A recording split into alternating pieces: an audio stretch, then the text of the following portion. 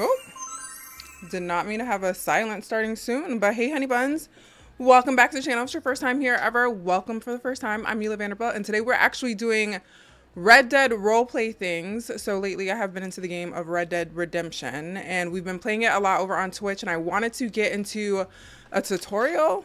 Hold on, I gotta make sure there's no feedback. I wanted to get into a tutorial or starter guide, so I'm gonna kind of be going through everything. Hold on, hold on. Ooh. All right. Let me get everything up real quick.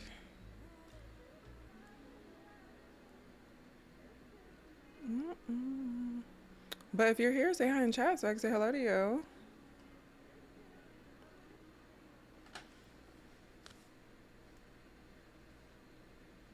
All right, let me see. Hold on, I have a lot of things open. I forgot that I have not streamed from this computer on YouTube in ages. I did a little bit when I was away, but I haven't been over here in a minute. So let me make sure we can see everything.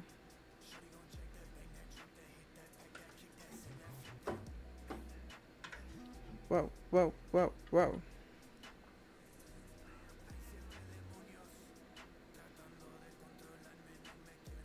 All right, so before I jump in, I'm going to try to go through the technical stuff super quick. I'm just going to show you really quickly what you need to install for RedM, but the tutorial today is mostly focused on details about servers, what to look for. We're going to create a character. I'm going to show you around a server really quick, talk about some of the keys and tools that you'll need to play, and then just some general roleplay tips. All right, hold on.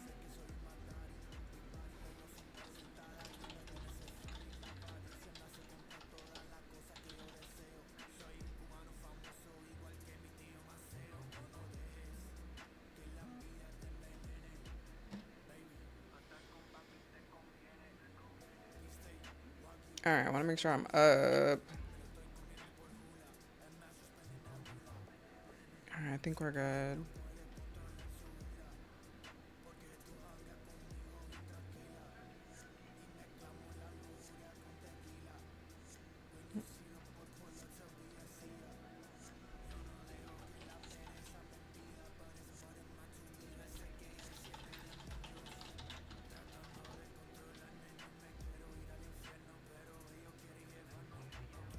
All right, let me switch screens. Let me, let's see. I'm gonna go to the RedM site.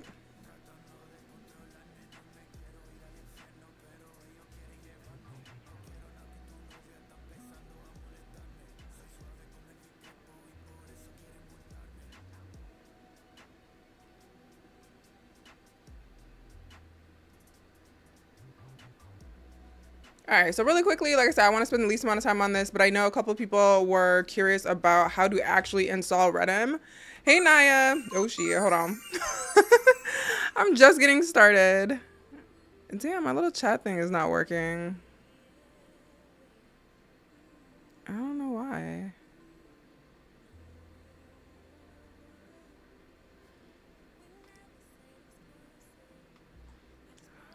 Hold on. Oh, wait. Maybe that works. I don't know. New in Second Life? I'm not doing this on Second Life. It's about Red Dead roleplay. I don't stream Second Life anymore. But welcome in. Hope you enjoy your time here. Hopefully some of my older streams will help with Second Life. I'm trying to figure out why on earth.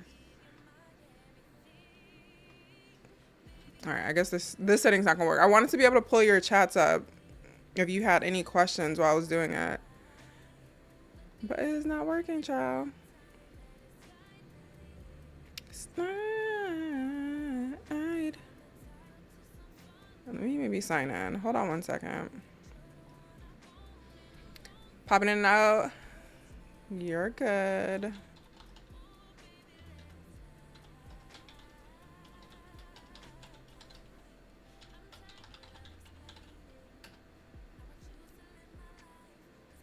Okay. So sorry, y'all. Give me 2 seconds.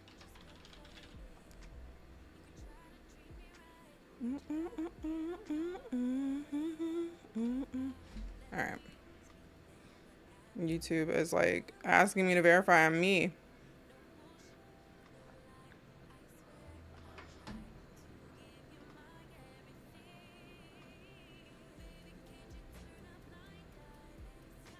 Oh my goodness, y'all. Okay.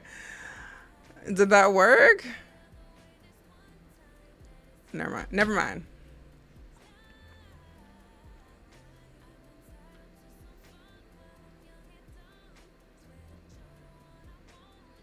Oh, here it is. Goodness gracious. Who knows? Anyway, can't wait to ride back in and harvest all the new crops. You remember, or do the red number.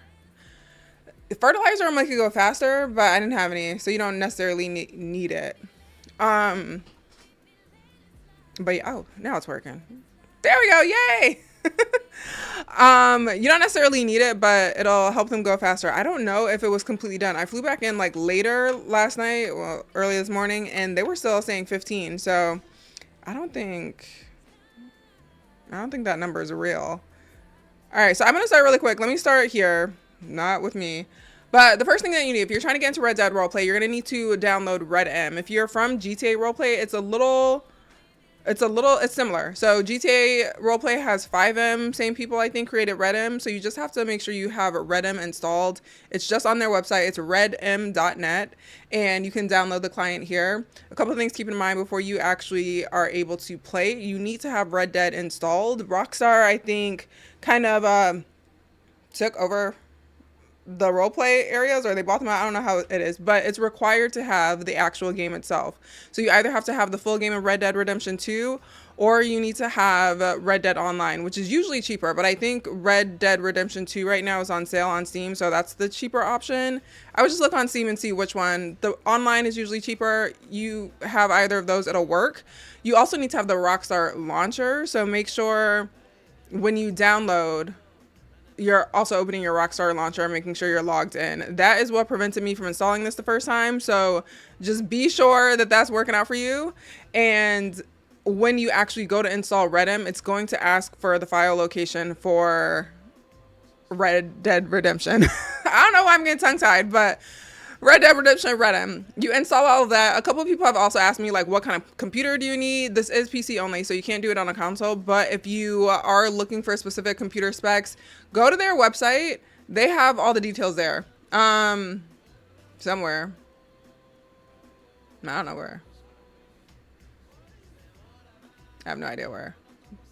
They should be here somewhere. But for me personally, I have my specs in the description. I am running, it's a custom build from CyberPower, but my graphics card is an NVIDIA 4080, and then I have, I think, 32 gigs of RAM, and I've been running it fine. So that's the first thing you need. Once you actually have it installed, you can, it'll pull up RedM. So I'm gonna actually open that client up so you can see what it looks like. Also TikTok, hey y'all, we're on YouTube, so feel free to pop over here. I'm gonna be focusing on that chat. Oops. Never mind. That's gonna work. All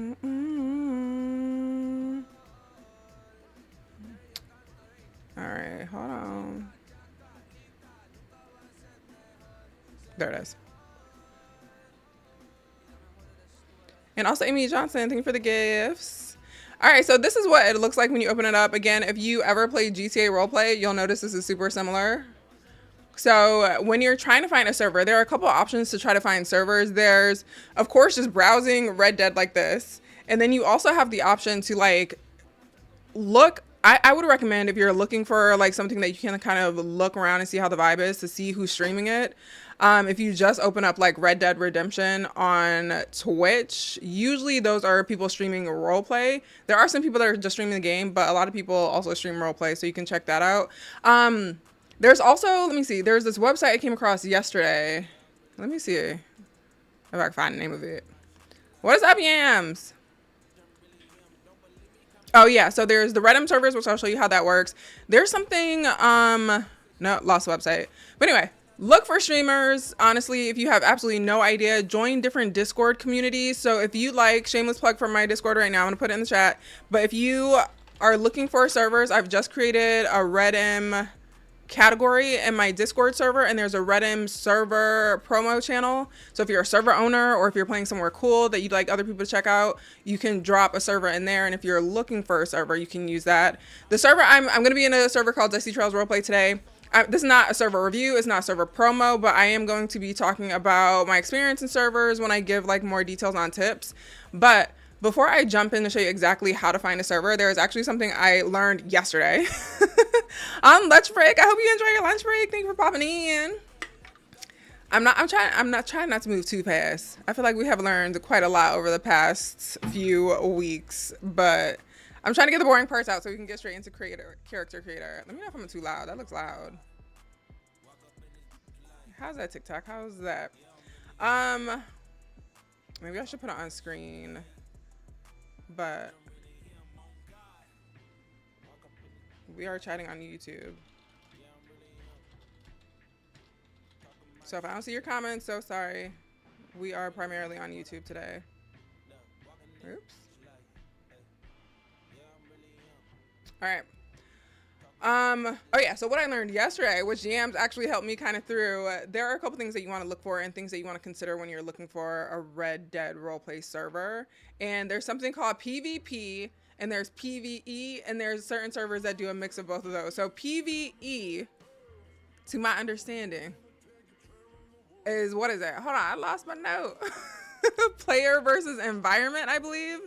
So those are the servers that are a little safer, like if you don't want to get into a whole lot of combat with other players. If you're looking more so to do things, not on Twitch, we're on YouTube, where if you're looking for things that are a little more, like not necessarily, like you're not fighting players, you're not getting robbed a lot, you're not getting murdered by other players more frequently.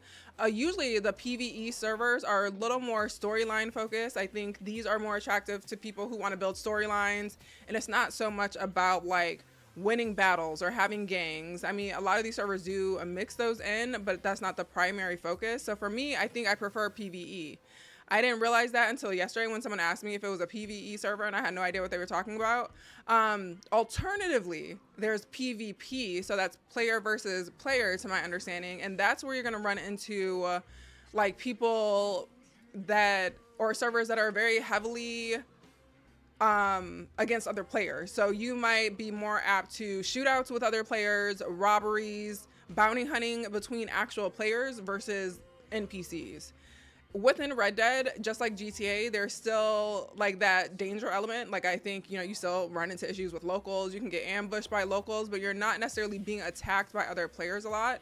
I think what a lot of servers do, especially newer servers that are trying to grow their crowds, they'll mix them both, hoping to attract a diverse audience in terms of interest.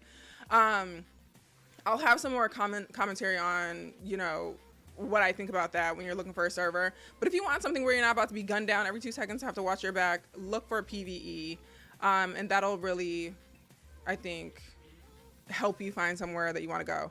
But here on this page, there's this play button. There are millions of different servers, or I don't know, thousands maybe. This is just like GTA. Sometimes when you're trying to initially get into it and you don't know where to start, a lot of people start at one on this homepage. This right here, dang, TikTok can't see this at all. Let me make this screen smaller. We're gonna do this so y'all can see the full screen. I know there's gonna be a black spot at the bottom. Not the prettiest, but we're gonna have to make it work, friends. All right, so a lot of people look right here. There was one here called Sin County like a second ago. Everyone always asks me if I'm in this one. This must be a popular server. I haven't played in it, don't know much of it. There are 470 people in there right now, so I guess, or 457. But you can go through these. It looks like these are some of the featured ones. So if that's where you're starting, a lot of them have their Discord link, and if it doesn't explicitly say if the server is PvP or PvE, you can always look in their Discord and try to get the vibe.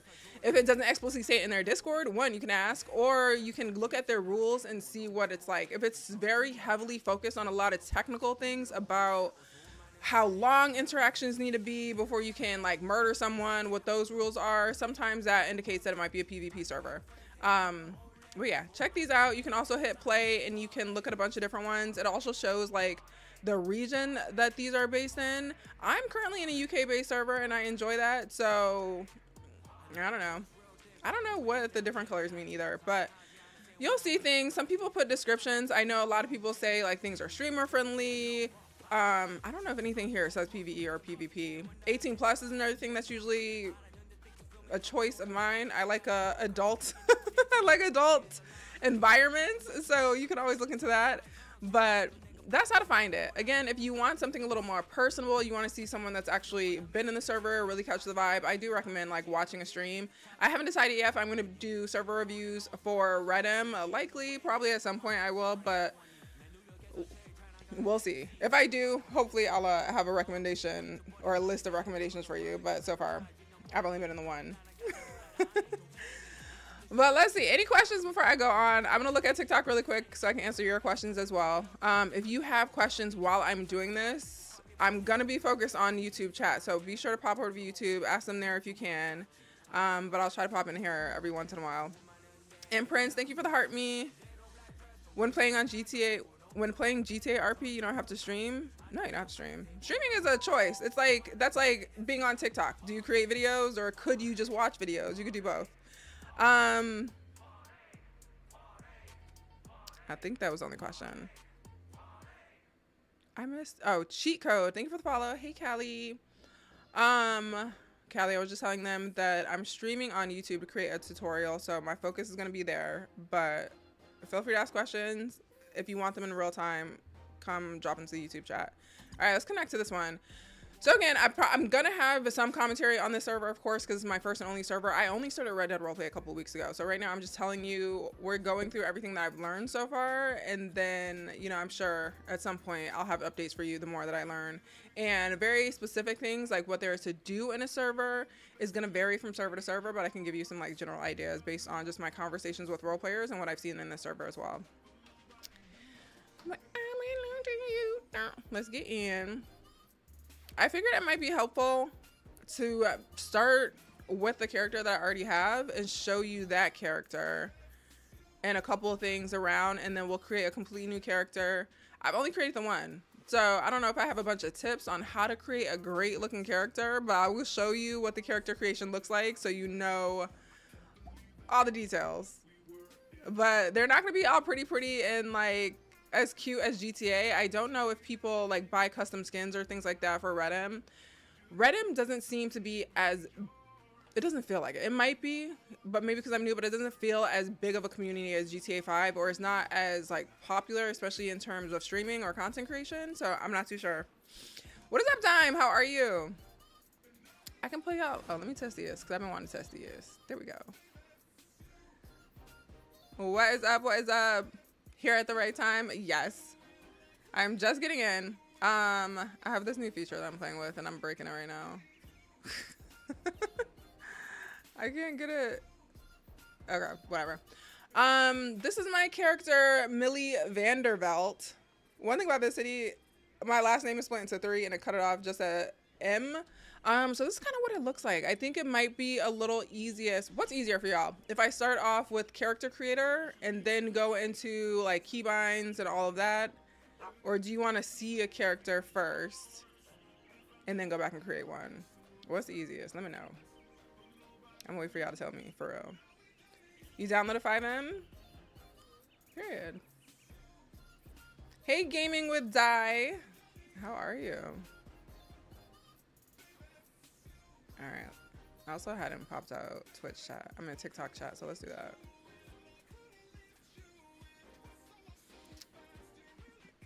All right, y'all too shy to say a preference, so we're just gonna go ahead and start a new journey.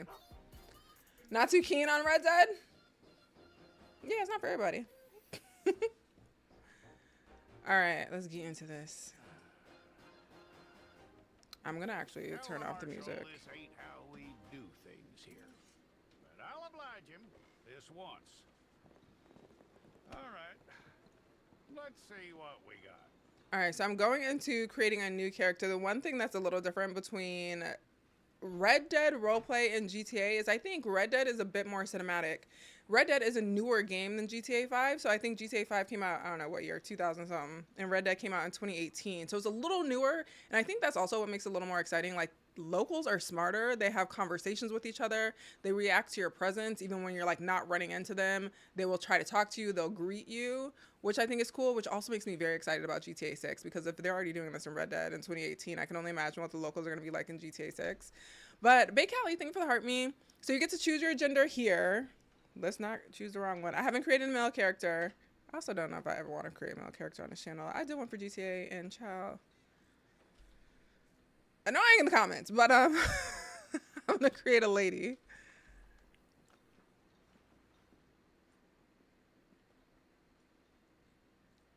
All right, so this is our starter character. At least it's not John Cena. I think that's a little the difference. You tried the first one on PS3. I never played Red Dead. So we should also preface with that. I've never played the Red Dead game, any of them, including Red Dead 2. Never seen this map before. Everything was brand new to me.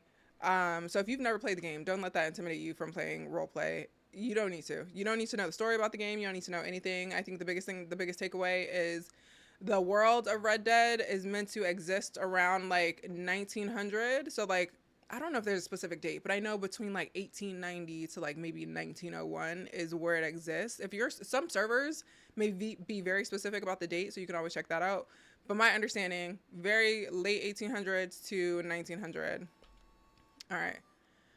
The menu's a little different. Can we see the menu?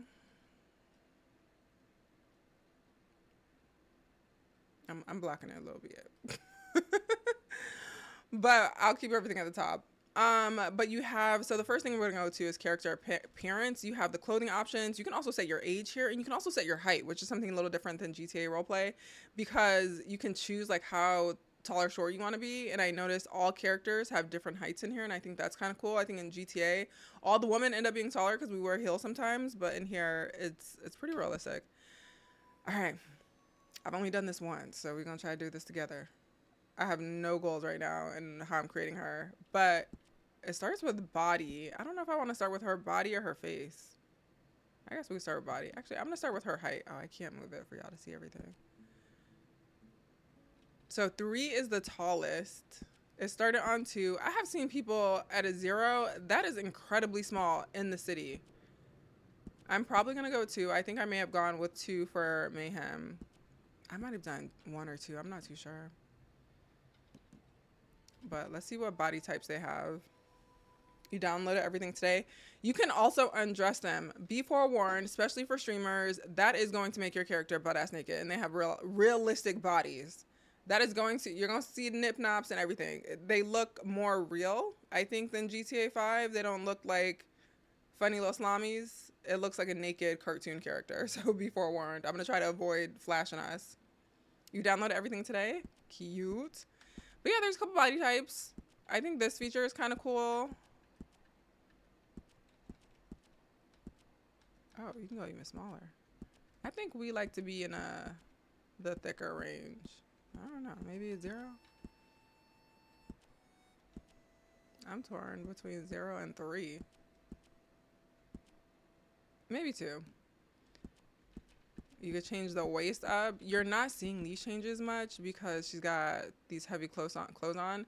But I made her waist a -1. Torso, I don't think we want that up because I immediately broke her clothes. Legs, I think I did make my character's legs as big as they could. Oh, this one must be skinnier than my character because I feel like her thighs look thick.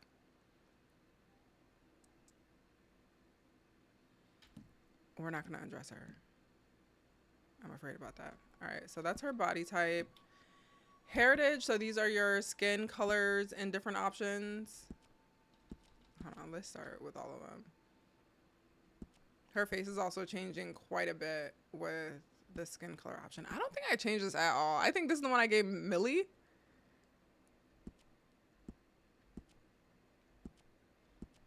I know, this might be it. And then you have different face types. So I do think it's a little easier to create a character because you have less options than GTA. But don't think you're creating a bunch like a super baddie character. It's realistic for the time. You ain't got a whole bunch. We'll go over makeup options, but they're more realistic for the time. Wish I spent more on the body. I know. I didn't spend much time on my character in general. I'm gonna give her this little face. I feel like she's cute. And then you can zoom. Oh shit. You can zoom. It's actually the mouse buttons. I'm so used to using the scroll wheel. And then you can make her turn around with like A and D. Turn around again, child. Oh, now you slowed it. Okay. Again, I'm not gonna undress her. Big Callie, thank you for the perfumes. You have a couple of hair options. This is another thing that I think is gonna change from server to server. Because I've seen some servers that have a lot more hair options. But they have some basics. I think these may all just be from the Red Dead game. Can you play a woman in the game? That came up on a TikTok chat the other day. People were like, you can play a woman here? I might give her this. I didn't see this before. This is the one I have my character in all the time. I honestly rarely change it. It's cute. Again, remember we're in 1901. So keep that in mind. I'm gonna give her that little... Well, what's this one? I mess with a little braid, a little soft in the front. I'm gonna do a different color though. All of these are base game hairs. Yeah, I don't think they have anything different. We'll just give her like a dark brown or that brown. And then you can remove it completely. We have hair accessories. Let me tell you right now, I don't know if this is a every city thing. If you put on a hair accessory in here, it is going to be near impossible to keep it off. You're gonna have to like go into the barbershop all the time to change it. I think I put a bow on when I came in here and I have not been able to get that thing to stay off. Yeah, this thing. I put this on when I was in the character creator and that thing has not come off of me. Look, it's not even coming off now. Oh, wait, I have to go to remove. So for me, I'm going to leave that alone. Also, there's some accessories like rings and necklaces and stuff. In this server specifically, I don't know if this is a everything place. Whatever you select for jewelry, you also can't remove in city because they don't have a jewelry category at the tailor and you can't like add more. I haven't seen that. So keep that in mind. We can give the girl some eyebrows. Oops. Let's zoom into her this way.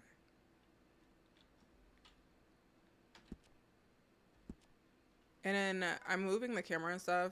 It has the guide to the right of it. If you can see that, it's like the zoom is buttons. A and D is to rotate. Up and down is W and S. What is up, Canopy?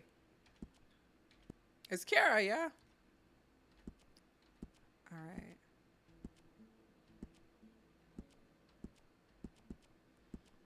But again, I'm creating this character. This is server specific. Every server, just like GTA, is going to have some different customization options. I noticed, I think it was that Sin. I think people always ask me if I'm in Sin City because I think they're the one that has a ton of customization options or a lot more. I think they have a lot more custom than some of these other servers. Amy, thank you for the summer 2025. Put a black one on here. It keeps coming back. Yeah. And don't forget, if you guys have questions in YouTube chat, feel free to ask. I can pin them to the screen so I don't forget to answer. All right, we're going to go with something basic. Remember, there were no brow threaders back then. But a girl can have a nice natural arch. This is what my eyebrows look like, low-key. One's curved, one's arched. I think we'll go with this one. We'll keep the color kind of natural. Oh. Bring them back.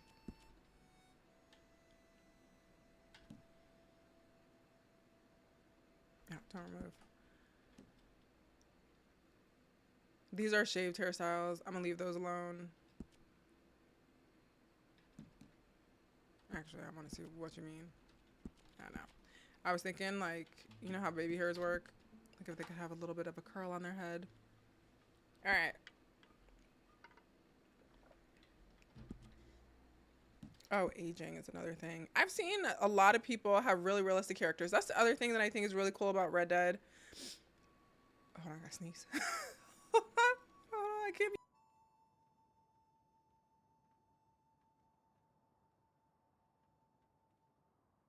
Mute it everywhere. All my cameras, all my cameras like triggered. That's how loud it was.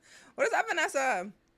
We're kind of just getting started. I went over details about getting things installed, but we're just getting into character creator. There's so much I want to cover, so I'm gonna go over all the things. Hold on.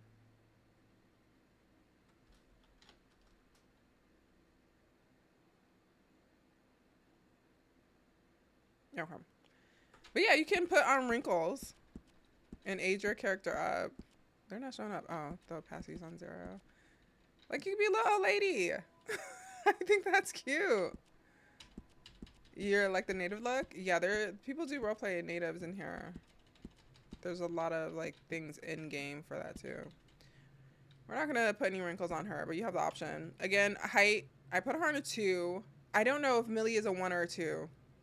I'd like to be a tall woman. My character did come out very petite, but I'm leaving it like that. Enjoy good. I haven't played in a while. I've been here in Red Dead mostly. And then, okay, body features. The teeth, y'all. So sorry to break it to you. You are not going to have white teeth in this game. They're a little yellow. And then here are all your sliders. So under this menu for your like options, you can change your jaw and stuff. So if you want to get really detailed and try to customize it a lot, you have some options here. I'm not gonna lie to you, I did not touch any of these things. I don't even see this changing. Did I take away her jaw? Did I give her a weak jaw? Could we leave on 0? I might be doing something from the side. Oh my gosh, when you create characters, always look at it from the side. Cause I always make my character look a mess from the side and forget. I don't see this one changing though. Jaw depth, I am not touching. I don't touch that in any game. We're gonna leave that right where it is. I know, I don't think your character is actually gonna open their mouth wide enough to see. Oh, that whole time I was looking at her chin, not her jaw. Okay, I see this moving. Chin depth will creep up on you. I mean, her chin does look a little weak. I did make that jaw strong. Girl, hold on, let's go back. What did I do? Okay, that's a little softer. It was working. I was looking at her chin, not her jaw. You spent a lot of time trying to get it right. I did not. I spent no time on my character. Also for me, I think my preference, like we were talking about, is probably the PvE servers, and I'm more focused on storyline. So I found myself, I don't even take a lot of pictures. In GTA, I'm taking pictures every 2 seconds and sharing them on like their Twitter. I think like the way you look is really impactful with your GTA roleplay. And Red Dead, I feel like it's not like my actual appearance doesn't impact my story a lot. Her like style of dress and the clothing definitely does. But I don't even take that many pictures. And honestly, when I take a picture, I run it through AI and it make it a little cuter. More for just like a story visual. That's a side profile. Will mess you up. Okay, head size. I'm gonna leave hers alone. But you can change like your neck, your forehead, your head width, your face depth, your neck width, your face width. Like there's some options in here to really customize your character. I really just feel like I'm gonna mess her up if I get into all this. What? I didn't know this happens. This didn't happen to me the first time. Girl, get out of my camera. I can't go to the side. I didn't know we were in the same spot. Imagine I'm not on push to talk. Well, at least we can see 2 characters being made at once, I suppose. Better not get more than 2. I wish I could go side to side. I cannot believe this man came in and pushed us out of the way. GTA roleplay, you have a lot more options. Servers have a lot of customization. The main GTA game, no, but roleplay like this one, you do.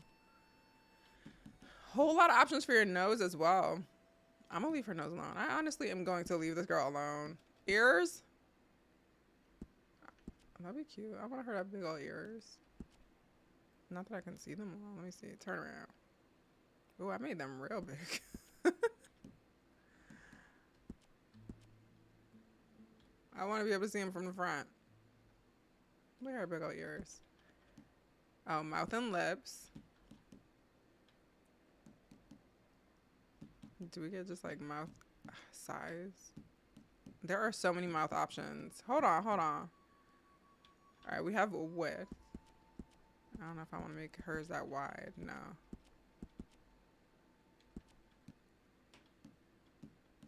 Okay. Mouth depth. Turn to the side, girl. What are we doing to you? I want them lips poking out. She's got tiny little lips. I don't know if we're going to do much. Mouth corner left lips distance. These are so specific. Mouth distance? Oh, girl, look at her. She got Angelica mom's mouth.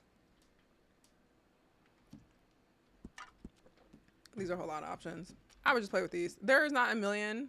Like, you know, in GTA, some of the sliders go up to like 95. You can play with a few of these different things. She's got very round cheeks. I think I'm going to leave her with them. What do you have? Cheekbone options. Eyes and eyebrow.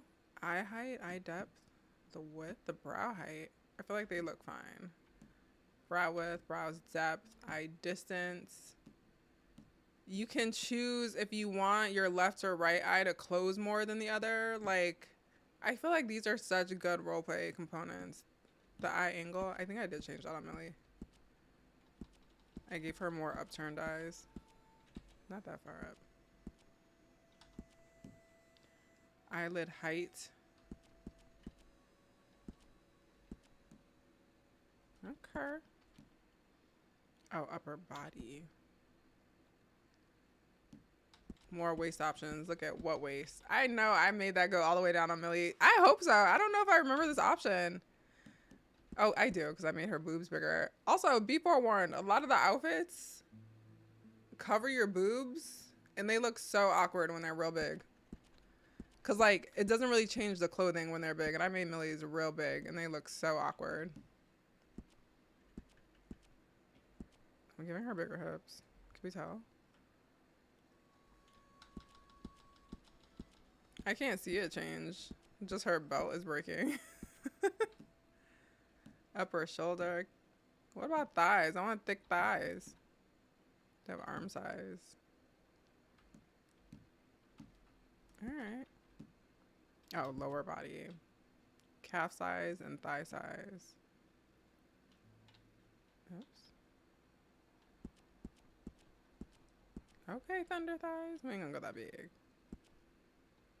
Maybe. There ain't nothing you can do about that booty. I think I'm gonna leave her calves the way they were. Oh, that man is gone, but I'm still like, is he done? Was that all he was doing? You have eye color options. Oops, let's go up. I wish I could go side to side. That man messed me up. We're gonna leave her on brown. Why did she immediately make this face? Girl. Leave her at the first brown. Oh, there was no first brown? Leave her at this. She's freaking us all out. Close your eyes.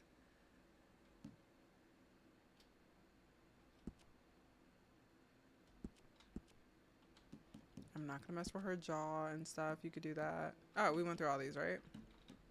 Yeah, because we started with teeth. All right, that's all of those options.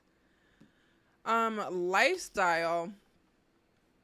Oh, you can add moles and freckles. Oh, we gotta turn it up. I feel like I didn't look at any of this for my main character. And it's not like GTA where you can go have plastic surgery. Once you have your character, I think that's just your character. I guess that's another thing that may be different in different cities. Like you can, I don't know if you can ever adjust. Raw, thank you for the game controller. You can have scars. I did give my character a scar. Hey, Siren. I'm good. How are you? Alright.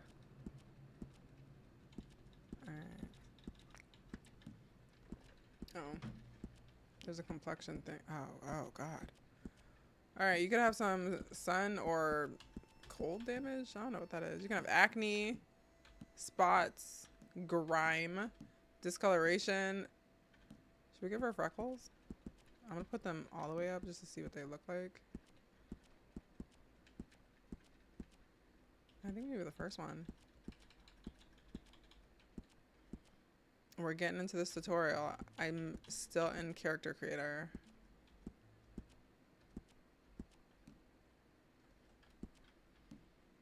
There is makeup. I am so mad that man moved me. It's always a man getting in our way. No, I'm joking. But damn. Because you can't move side to side in the front of the camera. All right. Let's see if we can see these lipstick options. Oh, wait. This. Child, y'all doing anything? No, there we go. Her cute little lips.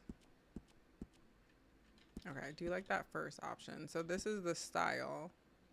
And then you could select the color. This color? No. This one's the color.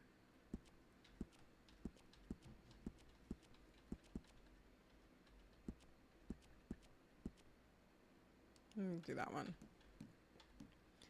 This is another thing. I would go with what you want your base eyeliner to be. Because for whatever reason, again, it might be this city. Once I select an eyeliner here, I have never been able to change it except for when I go to the barbershop. But every time there's a storm or a server restart, it completely resets. So I've been stuck in this little ugly eyeliner all my days. But if you don't see things moving, make sure you turn the opacity up. Oh, this is the eyeliner I'm stuck with. It's the something on the bottom. So I would go like what you would want your everyday look to look like. And then if you have special occasions and stuff, you can find a barbershop in the city and change it up. Yeah, I think I would do this one.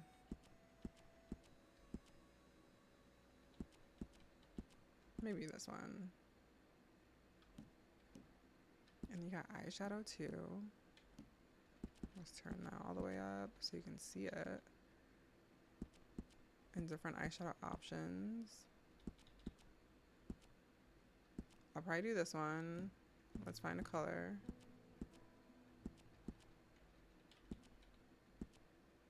I'm gonna do that, but I'm gonna turn the opacity down so it's not super strong. And then there's foundation. Oh wait, try and turn up the opacity.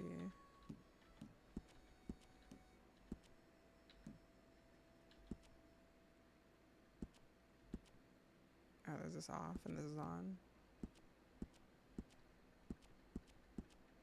Oh child, we might leave that one alone.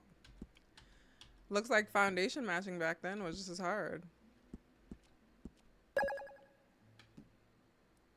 Is it Yunty? Thank you for the follow. Or thank you for the perfumes. And then we have blush. We need to turn our opacity up first. Foundation can look crazy. Let's figure out the texture. So you have different blush options. That contour is strong. We could always turn it down. She's got a really round face though. I feel like we should do high blush.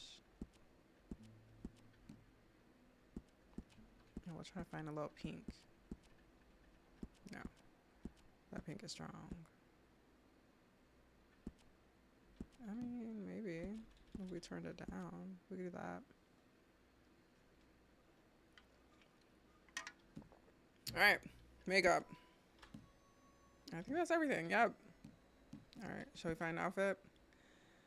I'm going to fill out some of this other stuff. So, or I guess we could do that last. Let's go to the clothing menu. Luckily, I have been in the tailor a million times.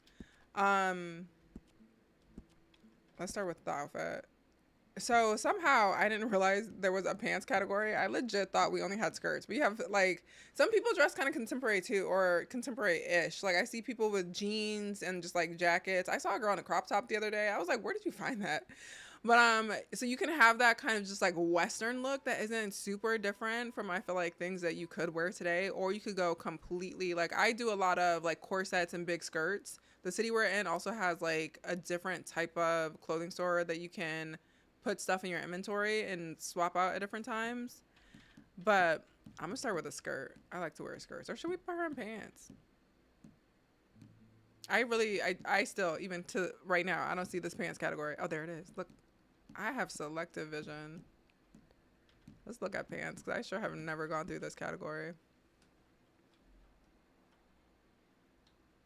Oops. Oops. Oops. All right, there we go. So you have different pants you can wear. Like, these look like normal jeans to me. I mean, I guess they look a little more rugged. That denim is probably thick. Her thighs look so thick. Maybe that's why I can't see the true size of my character's thighs, because I never have her in pants. And then you have just jeans. Also, like the way you dress is probably going to be influenced by your character. We'll come up with some roleplay tips in a bit. These are actually super cute. Shut up.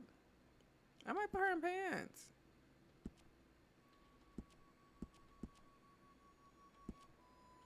I have never gone through all of these.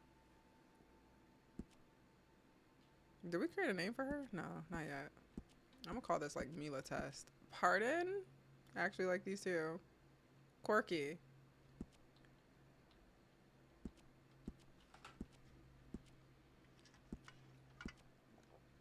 I saw this one server that I came or saw on a stream. This girl they had night clothes. So this girl had like a night dress on. It looked like a cute little negligee. I thought it was adorable. Oh, these are cute. So some servers are going to have different clothing options. I kind of like these.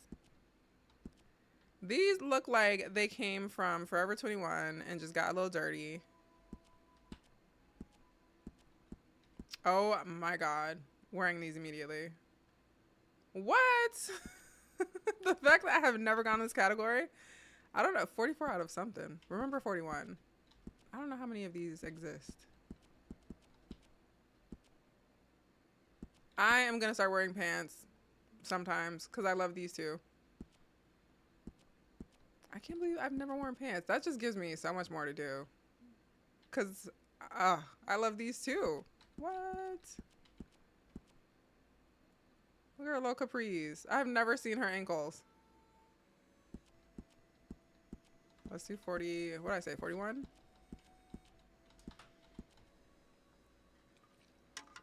Yeah, this is the Dusty Trails. Is it better than RDO? What's RDO? Oh, Red Dead Online? Yeah. It depends on what you want, right? Like, what do you want out of your play experience?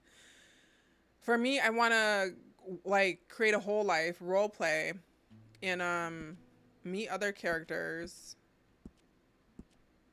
This is so circus chic, and I'm here for it. Like, I love these so... Should we put her in pink? I'm gonna put her in pink. I'm not even doing these custom tints. I'm not messing with these. I like this pink. Let's get her a top. So if you like corsets, they're always in vests. I don't know if I'm gonna want to put a vest on her. I just really feel like part of your character is like their expression. So I feel like clothes are a big deal in Red Dead. For me anyway. I don't know how y'all feel. But I really feel like something about Millie's style brings her character to life. Oops. And I like to layer things. I like different textures, different like fabric or prints. I want to role play. No more people get more horses. I play Red Dead Online, but it's so hard getting gold and money. It's not going to be easier to make money in servers unless you have a server that just has a loose economy because it's meant to feel more realistic. So I bet it's going to be harder to get money than Red Dead Online. But again, different in different servers. I would kind of look for servers that prioritize that. If you look for, this is adorable. If you look for a server that has a realistic economy, that means it's going to be harder for you to make money. I cannot believe we've never seen this outfit before. I feel like she needs a daintier shirt. You could also come. That's the crop top the girl had on. And I was like, how you got a crop top on? Where are you at? I feel like I've never seen that in the clothing menu. There's no way this is out in these streets. I think I'm going to let her be a little... I don't know. We'll put a shirt under her corset. Millie wouldn't wear a shirt. I mean, maybe. I mean, I feel like this is cute. If we put this on... Shut up. I don't know what time period it looks like we're in, but I'm loving it. I like this one too.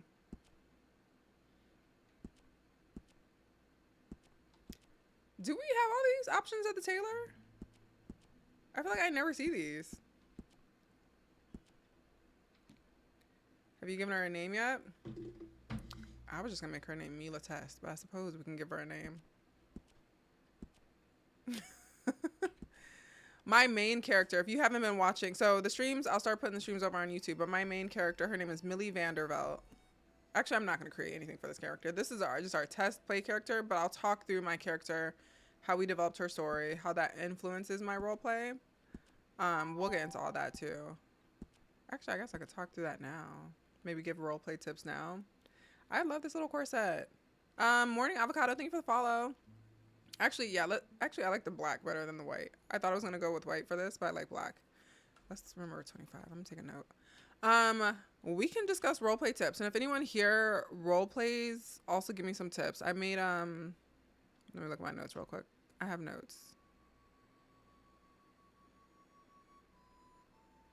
I don't have very great notes, but I have notes.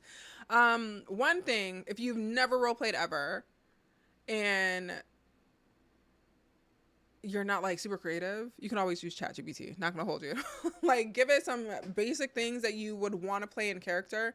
If you're brand new to roleplay in general, sometimes it's a little easier to mirror some of your own qualities that you can either exaggerate or change up for a time period. So when I first got into roleplay, it was GTA roleplay, and that's how I started. I knew I wanted a character that maybe was based on my most chaotic attributes, and I wanted to just like heighten it.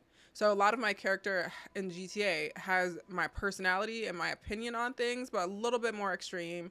Like, she's way more short fuse than I am, way more expressive than I am.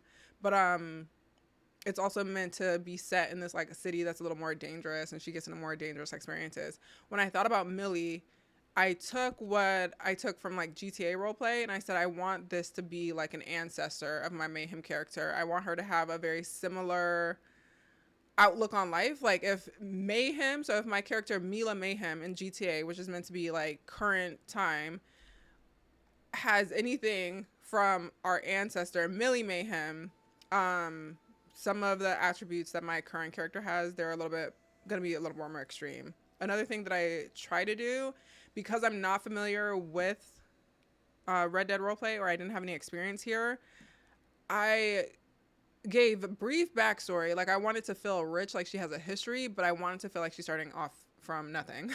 So when I go into servers, it's usually under the assumption that my character is trying to start a new life, that we're coming from something where she had to like get down to bare minimum.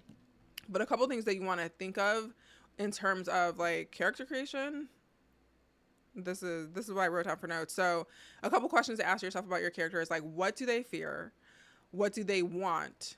And what does trust look like for them? My character is automatically a bit distrustful. So that helped. Like, I knew I wanted her to have that attribute, because me personally, as a role player, as a streamer, when I go into roleplay cities, I'm a little more reserved. I'm a little more shy. So I'm not naturally like a huge people person. I'm naturally introverted. So I don't want to be around a bunch of people. So I had to write that into her story. So for me to be comfortable as her out of character control, I need her to be a little more like, I don't want people around me. So she doesn't trust people naturally. We're doing her outfit now. I can go back into her face after. But just think of the things that are natural for you in roleplay and see how you can write that into your character. How do I change these? Look at her little stocking. Shut up. I cannot get over this cute little outfit. I have never seen this. Let's try to get her some boots that aren't too distracting from it. I kind of like these. Um, Other things to consider when you're looking for a server, there are different types. Like I mentioned, you have PvE versus PvP, or kind of servers that mix both. You'll also want to make the determination if you want to be in a whitelisted server or if you just want to be in an open server that doesn't require a whitelist. So if you're brand new to roleplay, whitelisting is basically there is some sort of mechanism that prevents just anybody from coming in. Callie, thank you for the gamer cat. Um, Excuse me. That doesn't always mean an application. Some servers, I don't know if it's the same in Red Dead, but in GTA, I know some servers, whitelisting is simply ping. It could also be submitting an application with a backstory. Every server is going to be different in terms of what they're looking for. Some ask you a lot of questions about what you know about roleplay.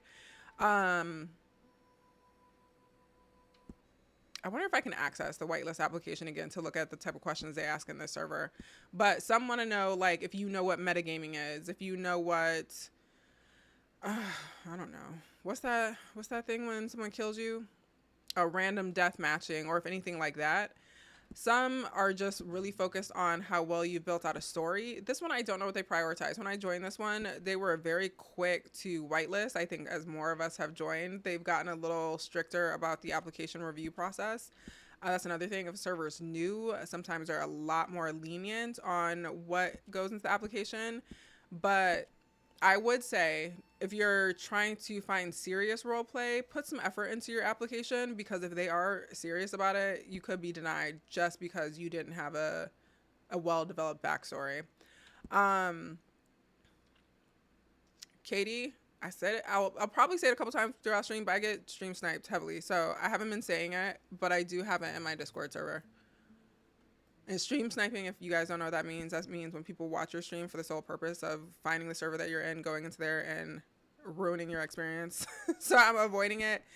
It's going to show up on screen a couple of times, but, you know, in general, I'm trying to avoid it. Hey, Justin, my day is going well. How about yours? I think I'm just going to put her, I think it was a number 6 boot.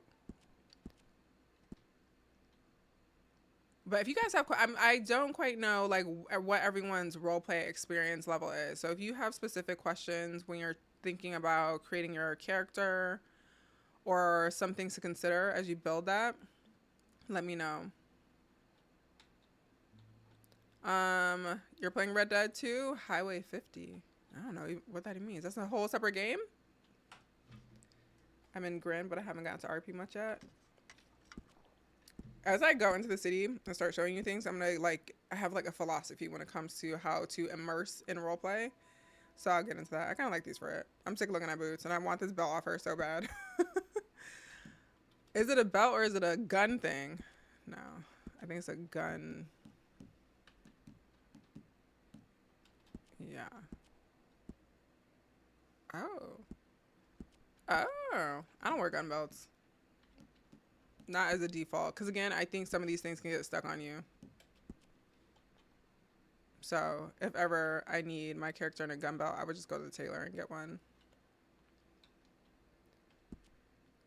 But yeah, for my character, so I started off, I think, with a name. For me, I wanted her to be the ancestor to my main roleplay character. So if we're brand new here, my name, my channel name, and all my social media names are Meela Vanderbuilt. That's my roleplay character. Katie, thank you for the follow.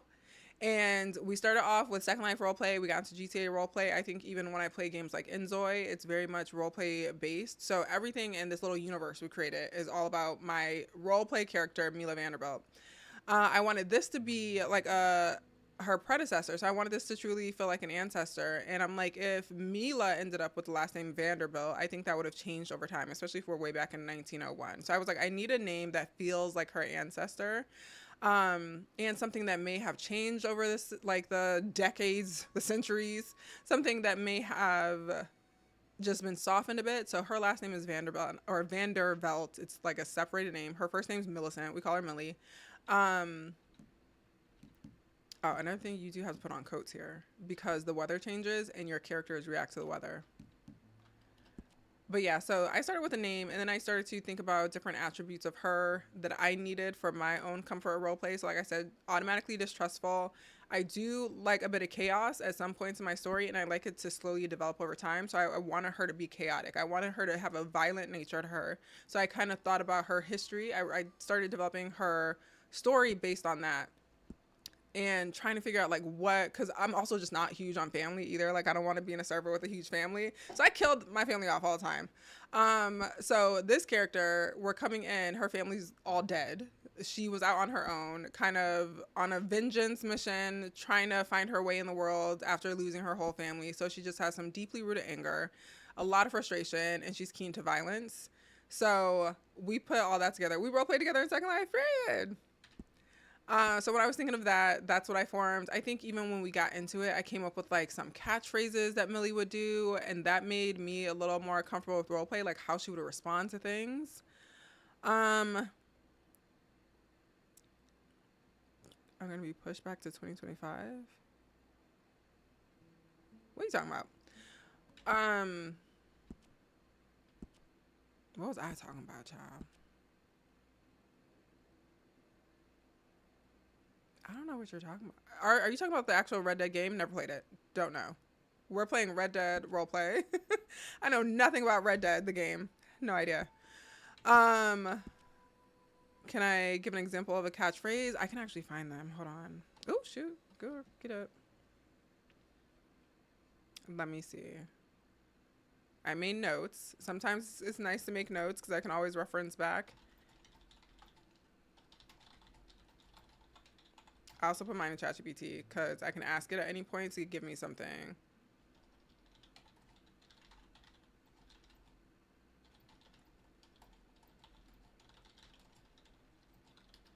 I don't know if I've used any. I feel like also throughout roleplay, we've developed some Milliisms, but we created a few to go in. Like even like how she says hello, because I think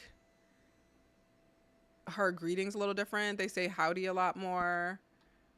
I made this joke that I never wanted Millie to say hello. Like I want her to feel a little unfriendly, but like not really like mean to characters. They're not the same. We'll go over controls once I get in the city. Um,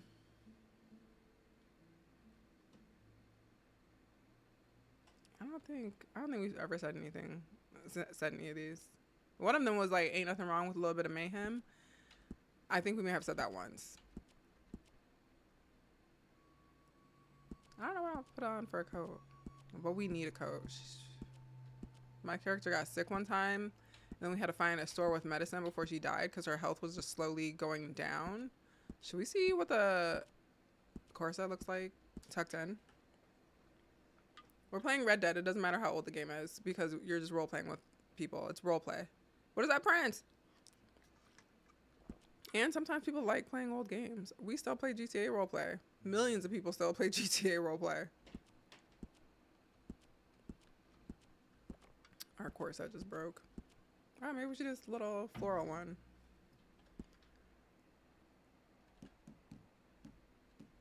There is, oh, that's the other thing too. I don't know what other games call it, but those of us who have played Second Life, there are alphas that you can add when you're getting dressed. Do I need them? I would avoid them because they stay on your character.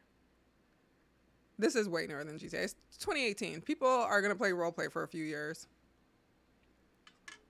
No, I haven't heard about anything. I don't remember how to do. I hope her thing doesn't stay like that. This happens on my character sometime when I'm in the game. But then I just take the vest off and put it back on and it fixes it. Who knows? I mean, I guess I could alpha out her thing. Are we done with her getting dressed? What else we need? Gloves?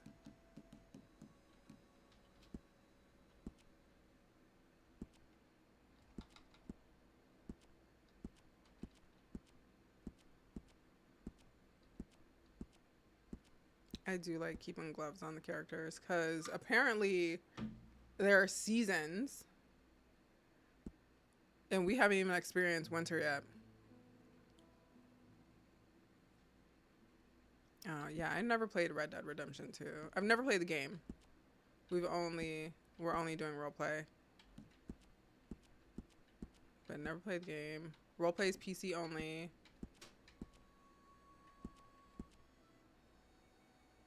I want her to like kind of be cute, but not too much.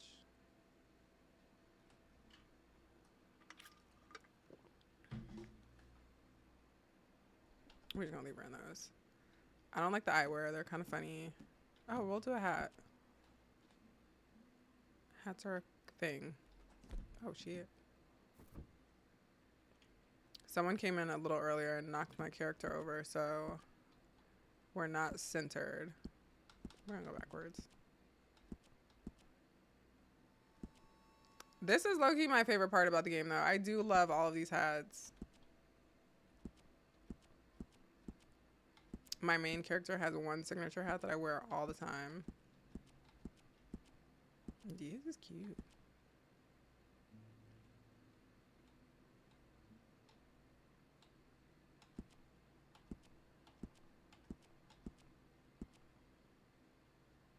Like, I love these so much.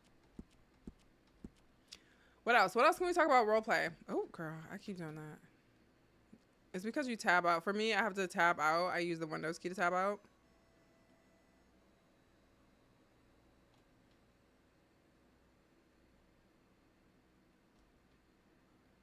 Bam. A couple of things I think to keep in mind also with roleplay servers. This might be the big difference from people who are just used to playing either the Red Dead game or playing online. You're expected to look at your character like a person. They have this thing called, like, what is it called to value your life? Value of life? Life, I don't know. Some servers call it different things. But you're meant to, like, not just try to kill yourself all the time or put yourself in situations that would get your character killed.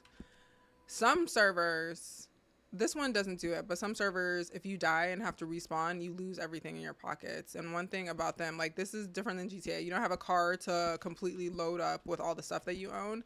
It's usually just going on your horse's back. Why did we lose our hair?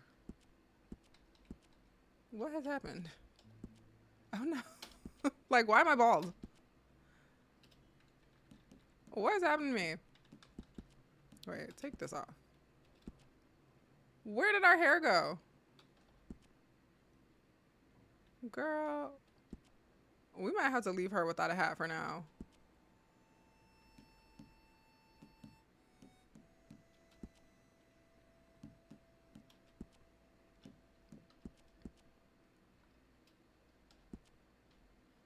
We'll let her get a hat at the tailor.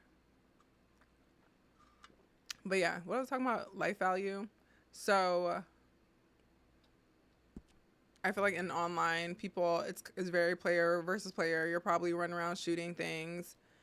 You're meant to be safe and kind of value your life and take it serious. So that's another thing to keep in mind, especially if you're trying to decide between PvE and PvP. It's easier to stay alive in a PvE type server.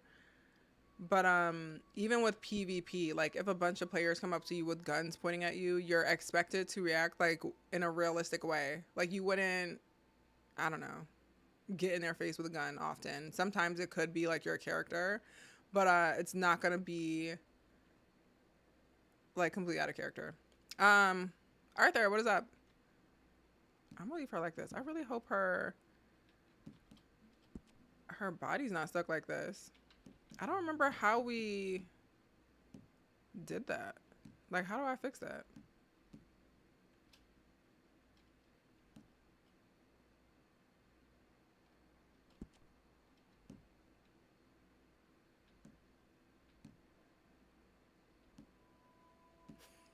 Like, maybe if we take the corset off and put it back on?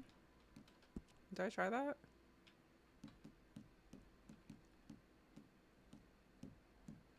Oh, but if you do want rings and stuff, I would put it on here. Yeah.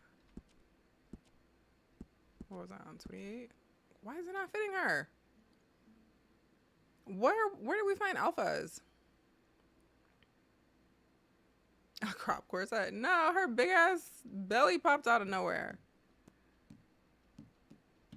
It only happened when I put her coat on. I don't know what happened. This jacket is cute.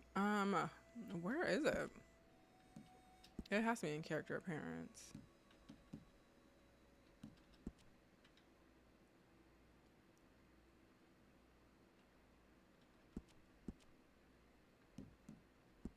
Because I accidentally did it to my character. Like, I got rid of her torso by accident.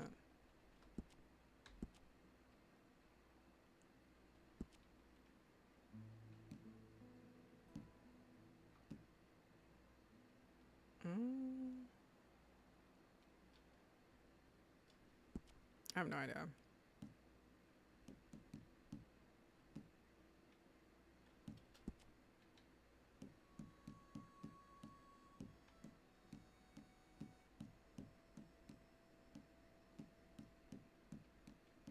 We might have to just fix that in city.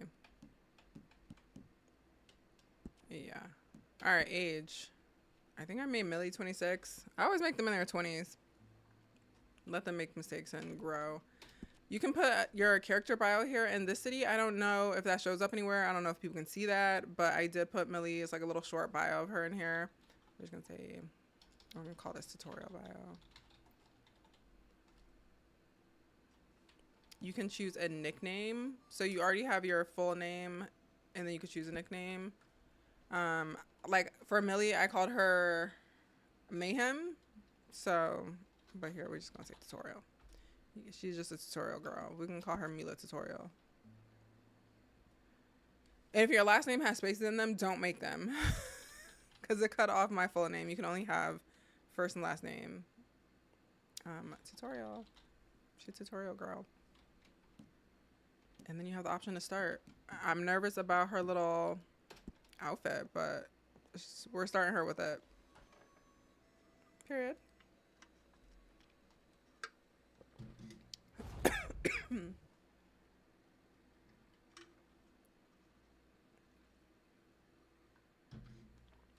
Let's see if we can fix it. Oh, well, welcome. Thank you.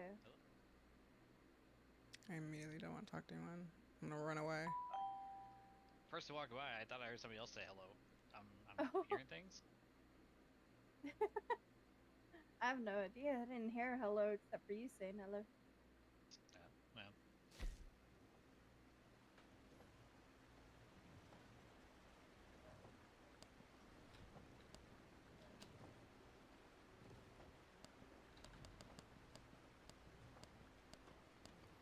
Why can she not wear corsets? What's happening to her? I have no idea what did it. Get out of here. Get out of this menu. I'm frozen. Ugh. Oh, I'm not tabbed in. And I did not notice these big ass gloves. Girl, what has happened to all of us? What is going on?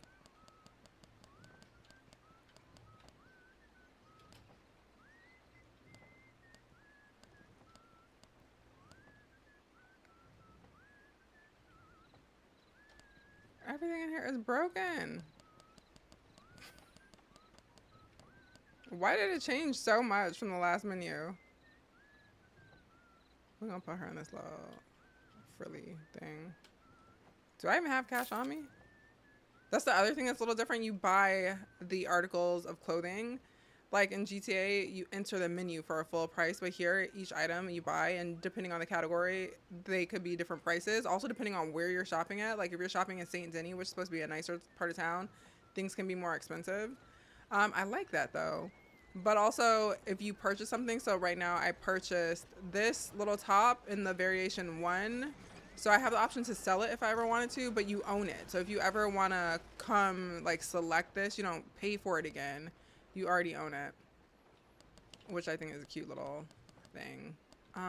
Girl, what happened to us? Did we have those gloves on?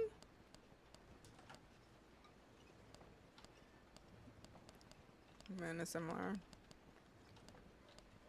Here, we'll put her in a little... Even these don't really fit.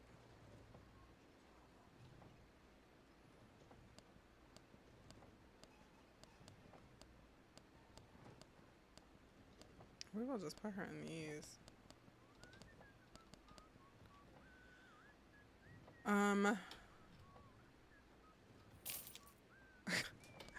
I want to get out of this and see if I can take this corset off and put it back on. I don't know why... Oh, I could have taken those sleeves off the shirt. I don't know why it doesn't fit her right now. My other character wears corsets all the time. And how did we end up in that menu? Oh, I think it's correct. I think it was just maybe in the menu. Oh, no. Yeah, so it's pretty much basically between. Okay, I'm gonna run away from people so we can talk about things. Oh, no, someone's coming to attack me from over there. What is that? What's on my map? Okay, we'll talk about all these little things. Hold on. Let me get away from the people. Okay, somebody asked me about controls. They are a little different. They're kind of similar. So, it's WASD. A lot of things are going to be intuitive for you, but it is WASD to walk around. A couple of things that are different: to go into your inventory. Not water too loud. Let's go somewhere else. Hold on. To go into your inventory, I don't know if that's a server specific thing or if it's a RedM thing, but it's I. It's a little easier to remember if you think of your pockets as inventory. So it's I. To open that. Sorry, it's so cold out. In this city, so they start you off with some water, some ammo, a knife. I didn't know they started us off with a knife. Did I get a knife when we started? I think I bought a knife. And you have a gun belt. You have $490 in cash. That is a lot of money to walk around with. Like I said, it is this server is not a PvE. This server seems like a mix because I did get robbed my first day in the server. So you're going to want to find a bank account, which I'll show you how to do all of those things.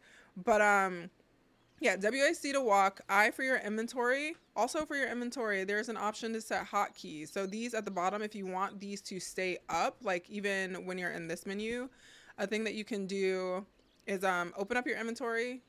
This down here is telling you the button. Oh, you can't see it on YouTube, so sorry, but it says settings. If you hit A, you have what they call a hot bar. If you're used to like, I forget what it's called in GTA. What's up, 50? But anyway, you have a hot bar. This is where you can set up all of your like fast slots. So here, these are Millie's. These aren't hers. But anyway, on Millie, I put bandages as number 1 because sometimes when you're in a gunfight, you can very quickly bandage yourself and to prevent further bleeding. Also, I forget to drink all the time, so sometimes I need to grab the water real quick and be able to drink it. And I want to be able to reload quickly, so I put my ammunition in my little hot bar, my fast slots. Ooh, hold on. What else is different? Getting on your horse. So in GTA, it's F. Child, don't hit F near your horse. That's going to make you punch your horse, and your horse is going to kick you. So to get on your horse, it's E. I'm probably going to hop on Millie at some point because this character is not going to have a horse. Actually, it might be easier to show you all of this on Millie. But anyway, this is our character. I want y'all to see what she look like in the sunlight. Another thing to keep in mind, the environment is not always your friend. There are animals out here wanting to kill you. So you got to be careful of wolves, bears, snakes, anything that could harm you. If you're on horse, a lot of times they'll react to it. So you'll get a little, I don't know, like warning or that red dot. Remember when we first landed in, I saw red dots on the map? I don't know what that was. I don't know if that was people trying to come kill me or for animals trying to come kill me. But anything that's kind of like an NPC, it'll show up as a red dot on your map when you're kind of in danger. Oh no, her stomach is still out. What is going on with my corset?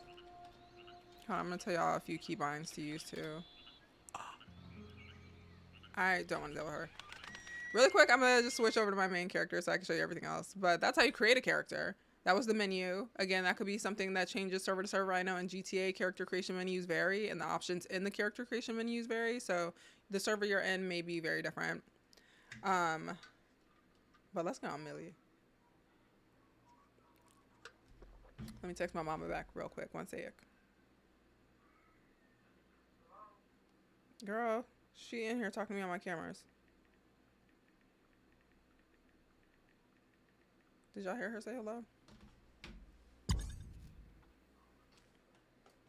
I have cameras all around my apartment and I give her access to 2 of them so she can feel, because you know parents, she always feels like I'm being murdered. And she can just pop in and say hello whenever, but that one is outside my office. I don't know if RC would have worked because it was broken in the character creation menu. I just thought it would fix once I got into character. There is lots of press. We're going to try to go through it. A lot of people on my channel, because we do a lot of GTA roleplay over here, so a lot of people are probably familiar with the GTA commands. It's not entirely different. There are just a couple of different keys that I had to get used to coming over here, but it's not crazy difference.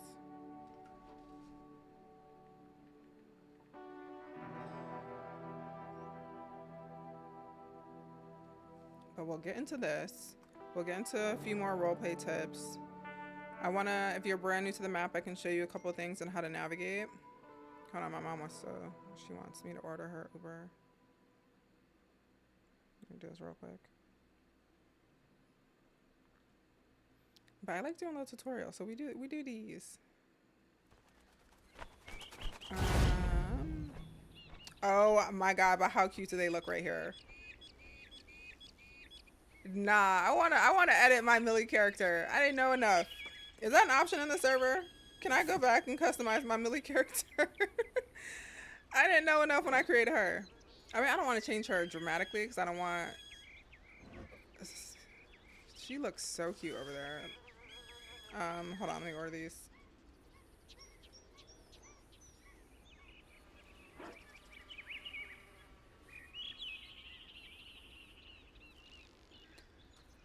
Let's get into Millie Vanderbilt.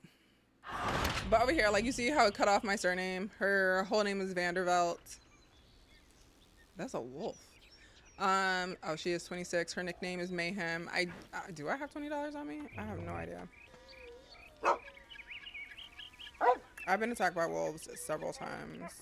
I'm gonna give you some tips on those. Oh my god, animals! Shut up. It costs 15K? It's at second chance on the map, or you can ask Grim, she may sort you out. Oh, Lord. $15,000.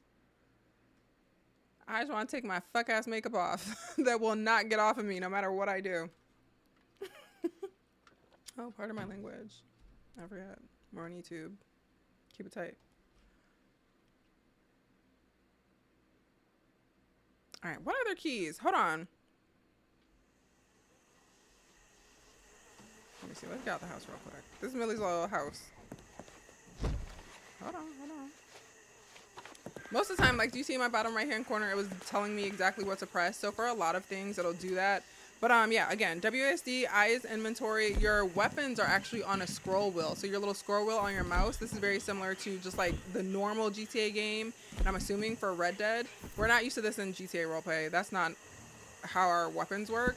You can arm them, or you have to put them on. So in here, you open up your inventory. On the left side is your inventory. So everything over here, there's this like gold bar up here. When that fills up, you can no longer fit anything else in your inventory. And things are a little different here. One thing I noticed, you don't always see all of your items. There may be some things that aren't showing up because you have limited menu space. So sometimes you may have to search for something that's in your inventory. But I like to put on the things that I use the most. I use my knife. I like my 2 revolvers on, and I like my rifle. You can also do things like horse wrangling here. We'll talk about all the things that you could possibly do in a server. Or in this one. I don't know any other servers. I haven't gone to others. But I would add that if I was horse wrangling or if I was riding through the forest or whatever. Let's stop people from abusing, changing their looks so often. I get it. I feel like you should get one chance. Because once you create your first character ever, like when you're brand new to the game, you create a character for the first time, you mess up. And then you're stuck with it. But yeah, so to arm it, you do the scrolly thing on your, what's it called? Mouse? These little 2 baby guns, you can wear 2 of them. So this little like arrow up here is letting me arm both guns. You don't automatically, I don't remember having a knife automatically, but to get weapons, like it's everything's gonna be realistic. So you would have to go to a gunsmith, which is your weapon store, to get weapons. Somebody gave me this rifle. He didn't give it to me. He said I could borrow it, but he ain't getting it back. So yeah, too bad for him. But shooting is the same in GTA. You can aim by holding down your right mouse. You shoot with your left little mouse click thing. Some things that you want to look into when you first go into the server are all of your settings. So primarily your audio settings. For whatever reason, when I go into cities, no one can ever hear me talk. So if you hit escape, it'll open up like your menu here, and then you go to settings. This looks a little different than I think we're used to. You could select audio. One thing to notice, you heard that sound when we landed. It was like, wow. Yeah, Red Dead Roleplay is PC only. They have a score in this game. So if you've never played the game, apparently at random times, music just starts to play. At first, I was thrown off by it because I thought it only played when dangerous things were happening, but it just randomly plays. But if you don't like that, you can completely turn it off here, and you can also adjust your sound volume. That'll change like your scenery. Dialogue balance, I like keeping this in the middle, same on GTA. So you can hear people. Hold on, my TikTok is giving me a test. Let me do it real quick. What do they do that every hour? What am I talking about? I don't know.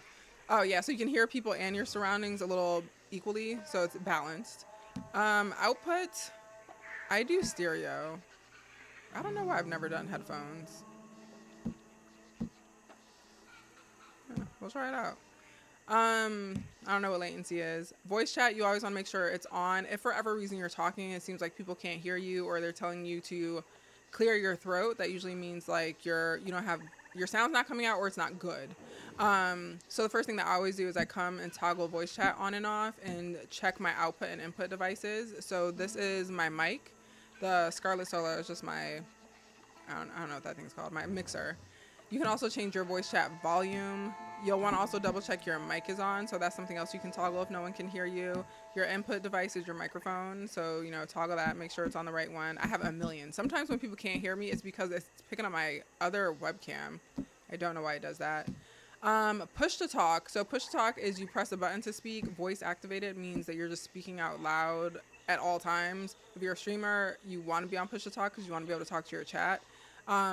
If you have a loud background, if things are going on that's going to influence your mic, I would go on push to talk, but you could have voice activated if you just want to talk. Sometimes when I get off stream and I'm walking around, I'll put on voice activated. Also, if I'm like in menus and stuff, or I'm doing things where I'm not going to be able to like hold down my push to talk button, I might go on voice activated. And you can also change your volume here. I guess not sensitivity, but you can change volume. Another thing that you might want to do is adjust your push to talk button. I don't remember what the default is. I want to say it was in. I know it's in GTA, but I changed that button. At first, I put it on my little roller thing because that's what it is in GTA, and that's what I like to do. Like in Second Life, it's the roller thingy. But that button does things in this game. Like it pulls your weapons out and stuff. So I kept pulling out a weapon every time I wanted to talk. So I changed my push to talk to the side button on my mouse. Are they in here? I think so. But you can change all of your keybinds and stuff. Oh, key mapping. I find that super useful. So if there are things that you just cannot get used to because they're too different from GTA, you can come in here and change it. So you're going to, what was that? Settings, and then you go to controls, and then keyboard and mouse, and then you're going to key mapping. And if there's something you just hate, just change it. So this one, I think, push to talk's in here somewhere. You just have to find it. I forget what category.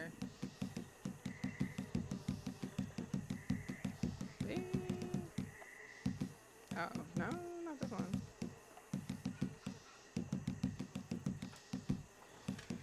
Also for me, I had to change something else because I use metal sometimes to clip, and it was interfering with something that was default here, so I had to turn that off too. So sometimes you might have to change these because they're conflicting with something else. Also, one of my OBS keybinds was set as something in here, so it kept triggering my OBS to stop streaming. I realized that's what was happening last week. So I had to just change that. Girl, I don't know where it is. It's in here somewhere though. Camera. Oh, there it is. Online gameplay. So here, I think the default was in. If you click it once, and then you click whatever button you want it to go to, it'll change that. So it'll be, it could be anything on your mouse. It could be your keyboard. So just change that to something that feels natural and not in the way. I feel like in would have been so disruptive to like me just walking around and stuff. So I had to change that. What else can you change in here? You can change your graphics. I'm going to show you my graphics really quick because everyone asked for my graphics and I touched nothing. This was default, but I was showing these to Jay Clouded, who we stream with sometimes. He was having trouble crashing, and sometimes that could be based on what your graphics settings are. So if you want the world to look better, you can always increase your graphics if you want. If it's putting too much like on your computer, if you're laggy, if you're not rendering things properly, you might need to reduce some things. I can maybe experiment with these and see what different types of settings I could recommend. I know I did that in GTA. Like I gave you like a low graphics settings, a photo graphics, and then just basic. This is just basic. I haven't changed anything since I installed this game.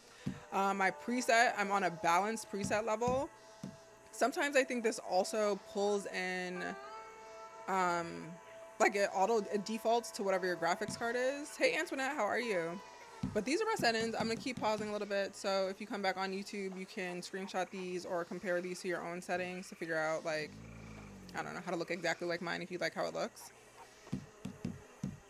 I don't know what most of these mean. I'm not gonna lie to you. I have no idea. And then apparently this graphics API means something, because Jay noted that I'm using Vulkan and he wasn't. I don't know which one he was on, but I guess that's a thing that exists. A lot of mine are on high. My computer can handle a bit much better. I got it. It's not even, I think it's 2 years old. I don't know how old it is. But yeah, those are graphic settings. I don't know if you can see up here. It shows how much memory I'm using. Another thing that you might want to look at is once you have it open and all your like normal things open. So like open everything that you would normally have. If that's Discord and the game, if you're a streamer, your OBS, your studio, whatever. And then open up your task manager and look at like, is your CPU okay? Are things operating fine? So you can know if you're gonna have some issues. That is all that I adjusted. I only adjusted audio. I haven't touched display. I know some people did have issues like with their HUD. There are some options here that you can adjust for like your HUD. That's the thing that shows like if you need E or sleep or whatever. And I think you can change your display resolution. If for whatever reason it's not showing up properly, you might have to make sure you're at least like 1090 by, or 1920 by 1080 or whatever it is. I don't even know what's in general. I never clicked this. Oh, the clock. Oh, I did click this because I changed it. This city defaults to Celsius, so I changed mine to Fahrenheit, same with pounds. Again, I'm in a UK-based server, so there are slight differences, but you can change it up. I think that is all in settings. Are there any commands I'm missing, y'all? Again, weapons, scroller wheel. You can very quickly pull out a weapon by hitting tab. So whatever the last weapon is that you pulled out, you could pull it out with tab, put it away with tab. You run by holding down shift. That's making you sprint, so you're gonna get tired. If you just wanna jog, you just tap on shift and you could jog and that won't decrease your energy. Another thing, so say I do run around like this and you see my little lightning bolt is going, or it's flashing. If it goes all the way down and I have 0 energy whatsoever, oh shit, that's an alligator. Why you turn around like that? I live with alligators, I ain't worried about it. But they are fast when they want to attack you. What was I saying? I don't remember. We said shit. Oh, if you're running around and you're getting tired, if you hold down E, I don't know if that's a thing in every server, but in the server you hold down E, it'll let you rest and you can start to recoup some of your stamina. You have to leave it. That one's hidden. That one I didn't know about. Another thing, like if you get tired, so you see how there's a little bed icon on my bottom left? You can sleep. You have to sleep here. So that's the one thing that's a lot different from GTA. I don't think you have to sleep at all in GTA. But you have to sleep here. So we're going to put her to sleep. Usually I like her to look comfortable. That's not always the case though. So we're going to just let her sleep on the floor real quick. And then it comes with a sleep menu. So you do T/sleep to sleep.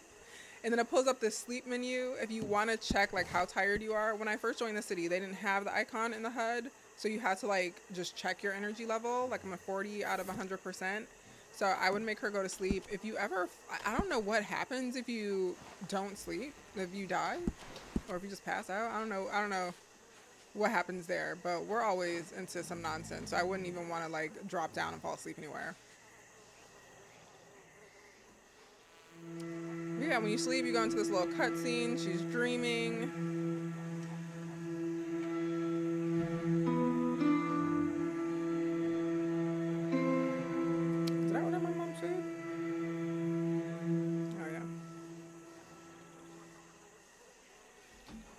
right, but then you do have to also go back into that and wake her up. So after that flash thing happens, that usually indicates like you're fully rested. So you can do T/sleep again. If you want to just go back to your most recent command, you hit T so you can type something in, and you click your up arrow and it'll go back to your most recent one. I forgot to mention how you even type. So it's a T. You hit the T button on your keyboard, and then that brings that up. I'm fine out here. I got so many alligators in my front yard. I think I'll be fine for a second. So we're gonna wake up. You actually have to wake them up or they will just stay like that.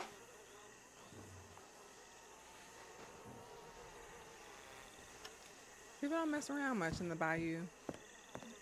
And I will kill them. I'm heavily armed, but those gators might kill them first. Another thing to note, excuse me, to sit down or interact with furniture, like I think in GTA we're used to doing like T/sit. Here you actually interact. So you can't see it on my screen. I'm sorry about that. But in my bottom right hand corner, there's something that says select interaction and it says U. So you hit U and you get this big menu of different animations that you can do on this piece of furniture. Usually they're very similar, but depending on the furniture, they could change. So like if it's a bed, you'll have sleep animations. The little sofa or lounger here doesn't have any sleep animations, but I have a bunch of different things that I could do while I'm sitting here. Like I could read if I wanted to, and it'll put her in a read animation. One thing to know, if you're brand new to this, you actually have to go back to that same menu to get out of the animation. I got stuck like this the first time I ever did it, and I relogged because I had no idea how to get out of it. But you just hit U again and hit your up arrow so you can go all the way to the bottom, and you have to actually go to end interaction. So that'll stop you from doing whatever animation that you were doing. The other thing that is similar to GTA, V does change your camera angle, so you can go into first person by hitting V. It'll bring you out. If you hit it once more, it'll bring you out a little further if you hit it once more. They just have those. Oh, and another one. They just have those. I usually stay like this. I like to be a little close. If you want to see your full character, or if you're into taking photos or anything like that, they have, I guess this may be server specific as well.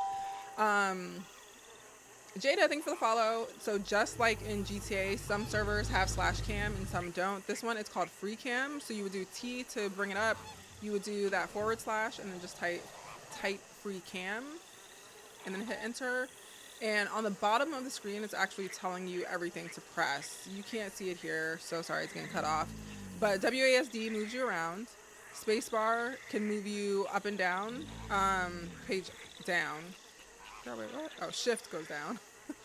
Page up and down changes the speed of your camera. Z does this closer zoom. Usually that's what I do to get a good picture. I like to zoom in like that and then zoom around just so it feels a little closer. C and V rotate, so if you like a little bit of a tilt, you could do that.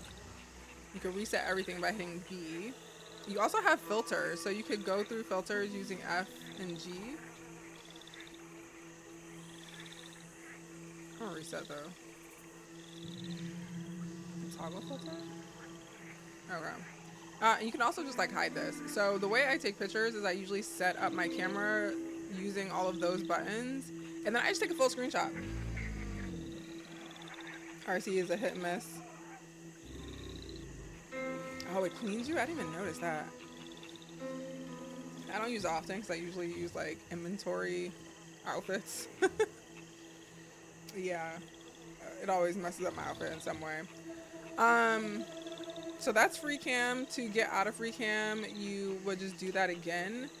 If you want to be able to walk around with an adjusted camera, you could do free cam first, make all your adjustments, and then there's something called follow cam. So you do T/follow cam, and that way it's very similar to what you just put it at, but now you can walk. So if you're doing cinematic shots or anything like that, I'm not going to go near that gator. I'm going to leave him alone. Doing cinematic shots or trying to get videos or anything like that, you can do follow cam. One thing that I did before, I don't know if there's a way to put it in front of you. I think it stays behind you.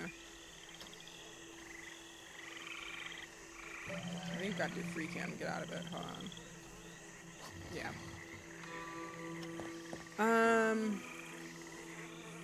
It's incoming.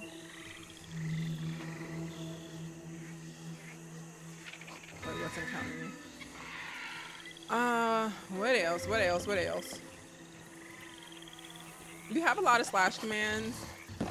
Like if you want to remove some clothing, you could do T/hat to take it off, to put it back on. Corsets are best. I'm not going to do that because it's going to make her naked. Your coat, to put it on and off, is T/coat, which you're going to have to do because like down here, very hot. And your character will say they're hot. I don't know what happens if they get overheated. Like yesterday, it looked like my character was about to pass out.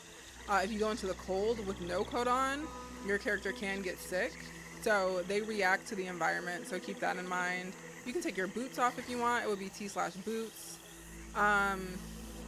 Another thing is if you click on F6, you have, this is your emote menu. When I first looked at this, I was like, what is this? I can't deal with this. But on the right hand side, these are various animations that you can select. On the left hand side, these are your props. No idea what's in the middle. No idea what that's about, but your favorited animations are here on the bottom. So if you haven't favorited anything, they won't be here. I favorited a few, like I like a certain type of walk, and then like a fan, holding a candle, holding an umbrella, sending a kiss. So I favorited a couple. But on this right hand side, what is this? I don't know what that says, that first thing. I have no idea what it says. But the first option, if you can't remember how to take clothes off, they have all the different clothes here, so you can also do it from this menu. Because like for me, I didn't know what certain things were called. Like in GTA, it's T/shoes, it's not T/boots. But yeah.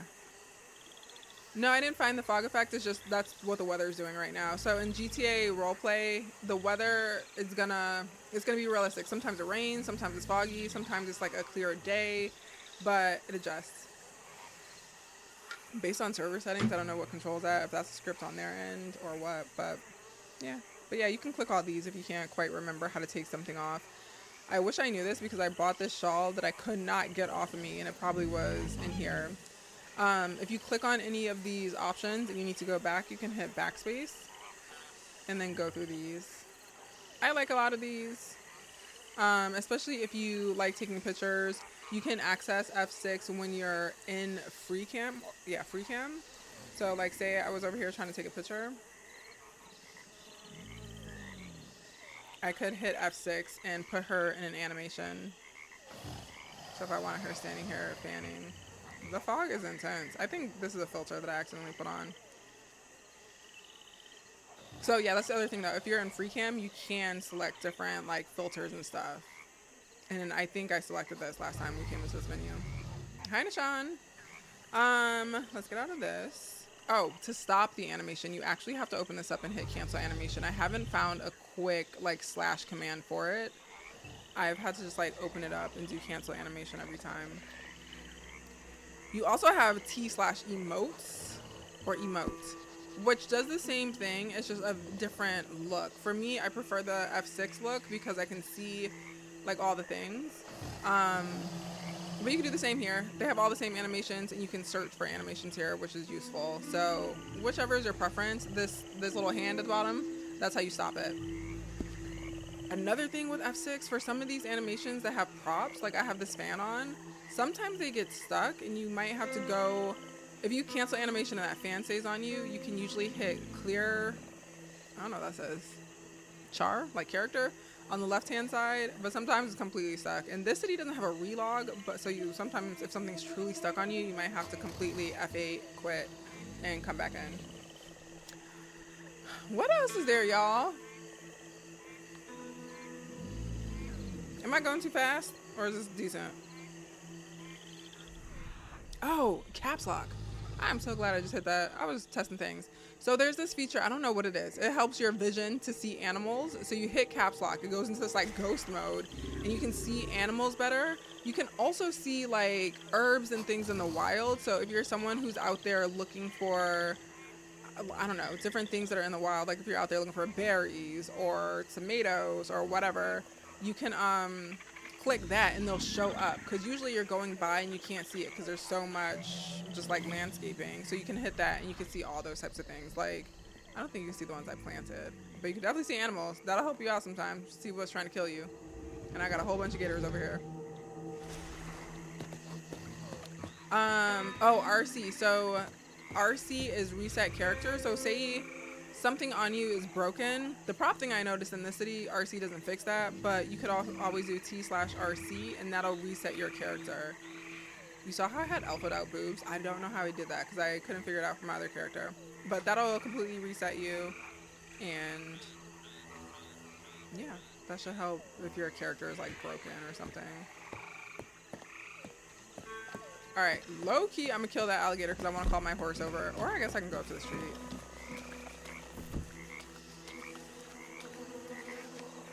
No, that's what I'm about to do right now. I'm gonna show you, if you have a horse, how to call it, and then I'll show you where you can get a horse from, and I'll show you what that menu looks like. I recommend, so like I said, you came to the city with $450 in the city. That's going to be different in every city. Some cities going to have realistic economies. Be sure, like, all servers are different. So be sure if there are things that are very important to you, you find a server that matches that. Like I said, we were talking about the PvE and PvP thing. I think this server is genuinely a mix of both. So if you are a truly like a PvE player or a very serious role player, I would say, look for servers like that. The servers that have those like rule, like sometimes they don't blatantly say it, but the servers that have those rules like you have to interact for 30 seconds before shooting another character. Those are a little bit more gamified than I think the very serious roleplay servers. So just know, like, if there's PvP, a lot of these servers are making space for both types of role players. And for me, that's fine with me. Like, that works for me. I don't like it when it's too chaotic. So people are just running around killing people and it's goofy. That can be really disruptive to a story. But if there's a sense of danger, so I have to be a little more cautious with my actions, more so than just running into a local, I enjoy that kind of role play. Like, I like there to be some consequence to riding around alone. I like there to be a consequence of leaving my door unlocked, like someone mentioned, while I'm sleeping. So I like a mix of both. But if it's very important to you that everyone is a very serious role player and the only time you're having interactions like that is for some very specific roleplay reason, then make sure you're joining a server that reflects that. That's a player. Another thing here, players usually, locals don't usually move that fast. It is very hard to tell the difference between a local and a player. So I'm gonna go into the city and show you, but let me show you how to call your horse. So first you can hold down H to whistle for them. And that's going to give you whatever your primary horse is. I would say if you're trying to figure out how to make the best use of your money when you first get into a city, for Red Dead, get a horse. Because this map is massive. This particular city, oh, you can hit M to open your map. This particular city or server, they don't have everything you need in every like area. For example, like I wanted butter the other day. I know I've come across butter in a store. A lot of the stores are owned by players, so if they haven't stocked their store, I might not have butter for miles. I may have to travel way over here to get some damn butter. So you're gonna want a horse. You're not gonna want to have to figure out how to walk around. Granted, you can still locals horses, but it's more expensive. Or I mean, you'll have to make the decision between a gun and a horse. See, that's local. The way you know it's local, if you right click when you're looking at them, in the bottom right hand corner, it's going to say stranger or player. Sorry, that's cutting off on YouTube, but yeah, in the bottom right hand corner, that one said stranger. Tarek, I think they're about the same. They're just a little different. When you're on, oh, let's get off the horse for a second. So make sure you don't have a weapon in your hand. Again, do not hit F when you're next to your horse because it's going to punch your horse and your horse is very likely going to back kick you. And also it feels so sad to punch your horse. So you don't get on with F. F is a 5M command or control. You hit E to get on and off your horse. I learned that the hard way and it took me so long to figure it out. Also, when you're facing your horse, you have, if you've bought storage for your horse, which I'll show you, you have this like horse cargo, so you can hold down B, and your horse also has a small inventory. You can only fit 20 items total in here, so like I have 10 blueberries, I can only put 10 more of something else in here. So keep that in mind. They don't hold all that much. If you want to hold a lot, you would need a wagon. Just hit escape to get out of that. If you look at your horse and you right click, you have additional options over here at the bottom. You can't tell, but it's saying my horse's name. Her name's Anya.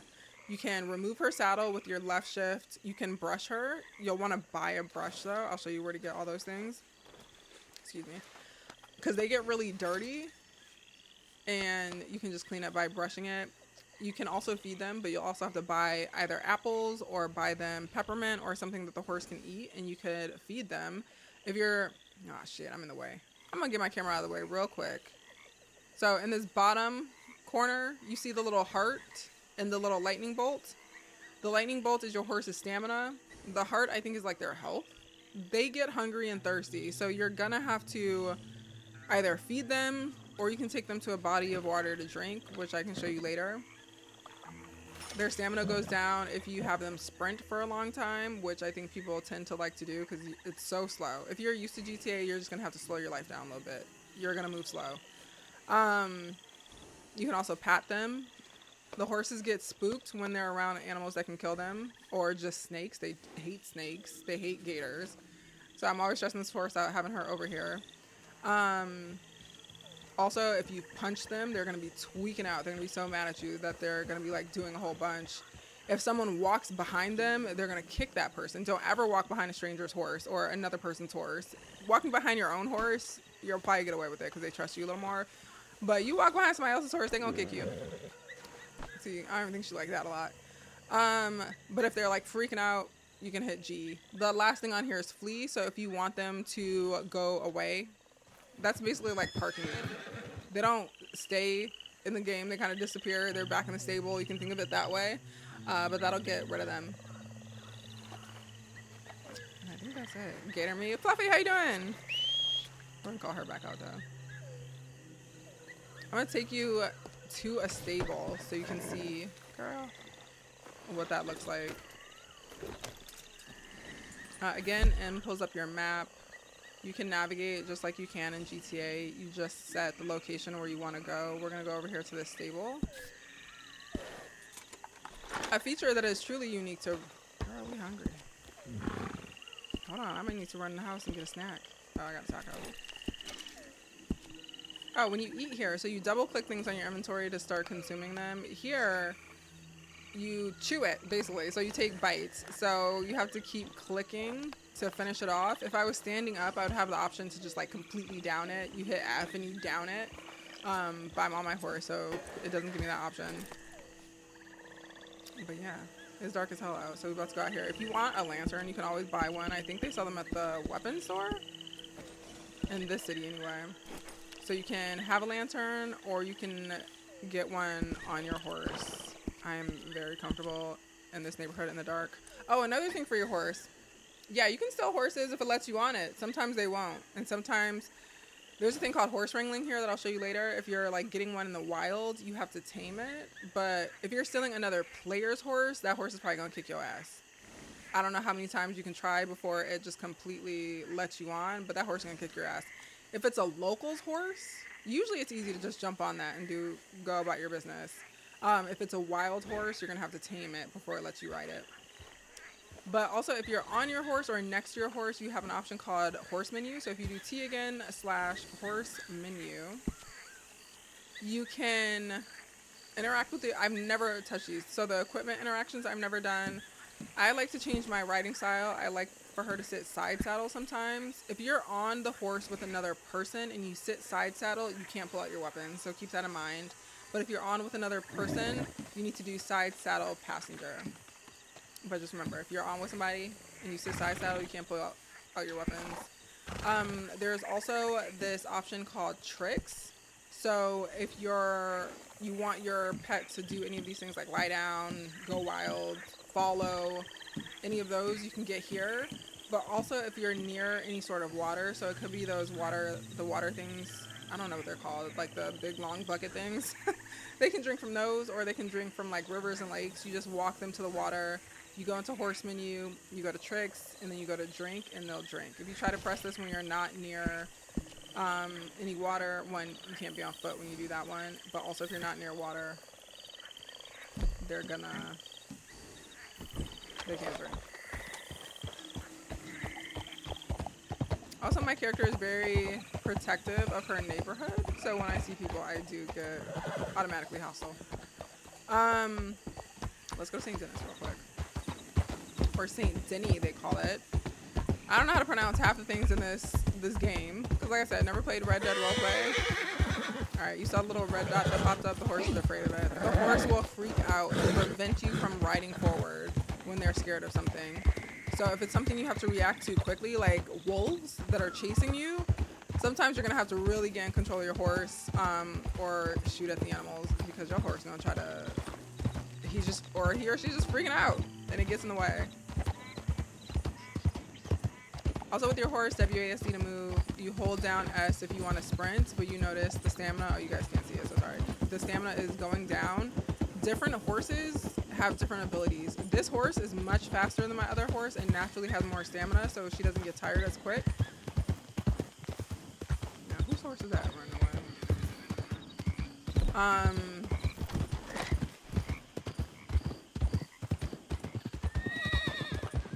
Whose horses are these? But yeah, depending on your server too, like sometimes I ride through the city really quickly. Someone told me to slow down once. It immediately became a confrontation because who are you talking to? Just make sure things are like realistic for your character. I think here it's against the rule to ride into the cities with the big guns. So I usually put it away once I get to a city, but I do usually have it out when I'm in between places because again, you can be attacked by other players. You can get ambushed by locals. So a group of locals that are trying to kill you will pop up out of nowhere, shooting at you, chasing you down. You could get attacked by animals. There's a lot of danger out in the wilds, especially at night. Usually it's a little more dangerous at night. But this is a stable. So on the map, in this city specifically, you'll begin in Strawberry, which is way over here. I had a conflict with this little Strawberry Saloon, so I don't often go to Strawberry. But there is a stable here, yeah? Oh, I don't know. I don't know if there's a stable in Strawberry, but there is in Valentine. So for this city, I don't know how, I mean, I think all cities are probably gonna have somewhere that feels a little more popular for like socializing. Valentine seems to be that in the city. Every time I go to Valentine, I usually meet another player. So this is where I come a lot. Also, I have a saloon here, so this is my saloon. So come visit me if you want to. I literally just got it yesterday, so it's not set up yet. But there's a stable in Valentine. The Valentine stable also has a little shop outside where you can get your horse brush and like apples and peppermint. It's player owned, but I noticed that one is pretty active and they keep theirs pretty well stocked. There's also a horse buyer here, which I'll show you guys how to do like horse stuff. There's a trainer here. Horse trainers, you actually have to pay someone else to train your horse if you want them to go faster or have more stamina. But again, that's going to be limited to the type of horse you select. Some horses just are not fast. So even if they get trained, they're not going to be that fast. My other horse is just not fast. I might take you guys up to Valentine in a minute because that's so far from me. But I don't know. I thought there was a Strawberry stable. But anyway, if you're here, you're probably gonna land in Strawberry. I would just go to Valentine and get a horse. But I'm gonna go inside the stable so you know what that looks like. Usually when you walk in with your horse, it just sends your horse to the stable and you'll have to call it back out.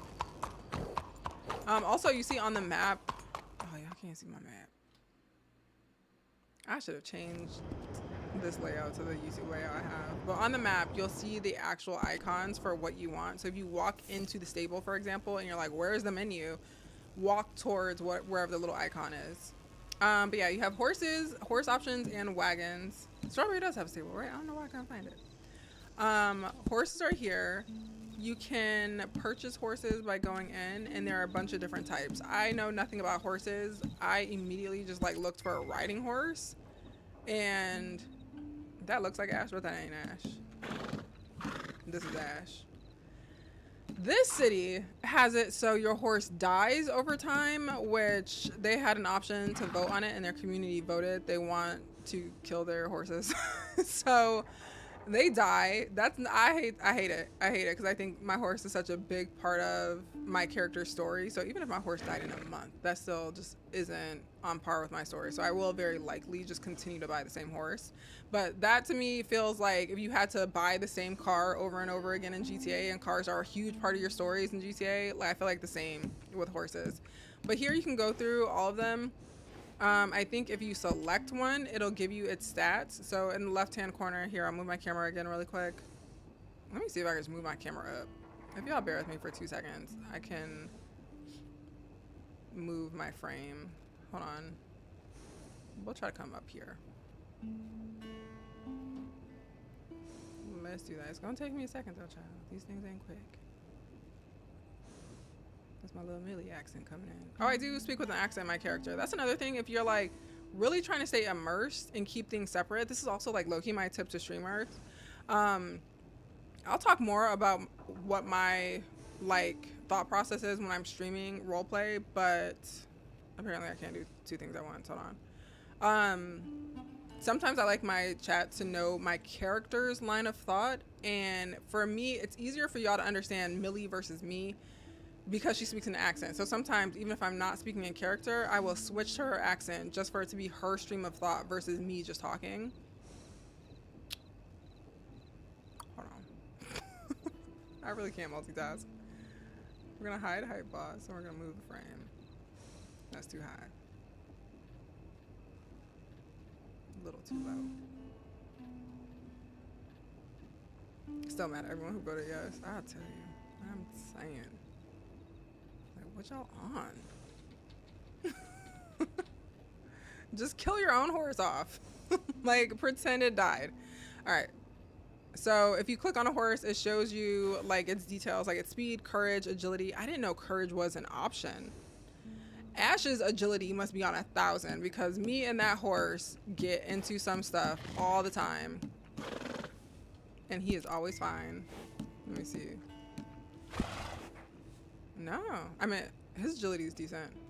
And then acceleration. Like, he's very slow.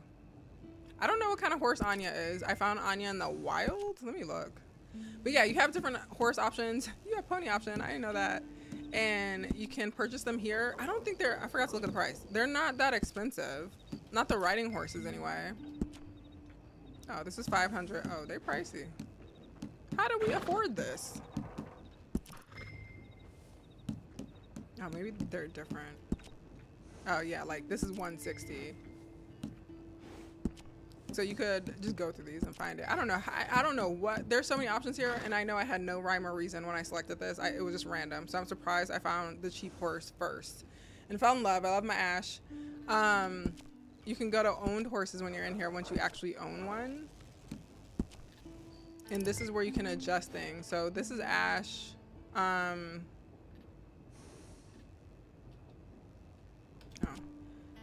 If your horse ever gets hurt, you come to the stable to heal it. You'll have to have $20 in cash on you. You can buy things for your horse. So this buy/set horse tack, that'll be, what do you think it's called? Your saddle, your horse blanket.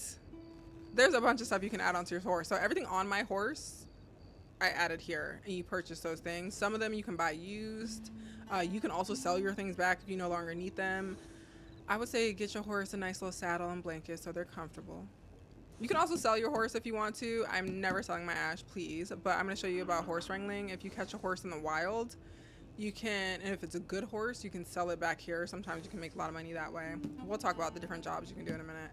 But yeah, these are your horse options. You can also rename it if you want to.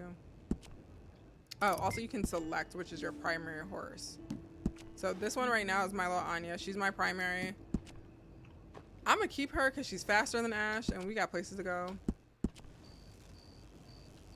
Oh, also another thing to do. So here you land in Strawberry. You'll need to set up like a mail box or something. Because here you don't have a phone. So you use POs. Like you notice outside the stable, it says PO 2039. So if you ever wanted to message that person, you would have to send them mail. Or a telegram, I think is what they call it in character. There's also a horse store right here. I don't know who this person is, but they keep their stock too. So there's a brush. They have apples and peppermint as well. They also have horse vitamins. I gave my horse vitamin once. That horse medicine is $24 versus just healing your horse. So, y'all know what I'm saying. But yeah, a stimulant. Okay, I'm not wasting money. But, what was I gonna show you? Oh, mail. So yeah, set it up. in this city you set it up in Strawberry. I don't know how all cities work. And to access like your little inbox, you do T/mail.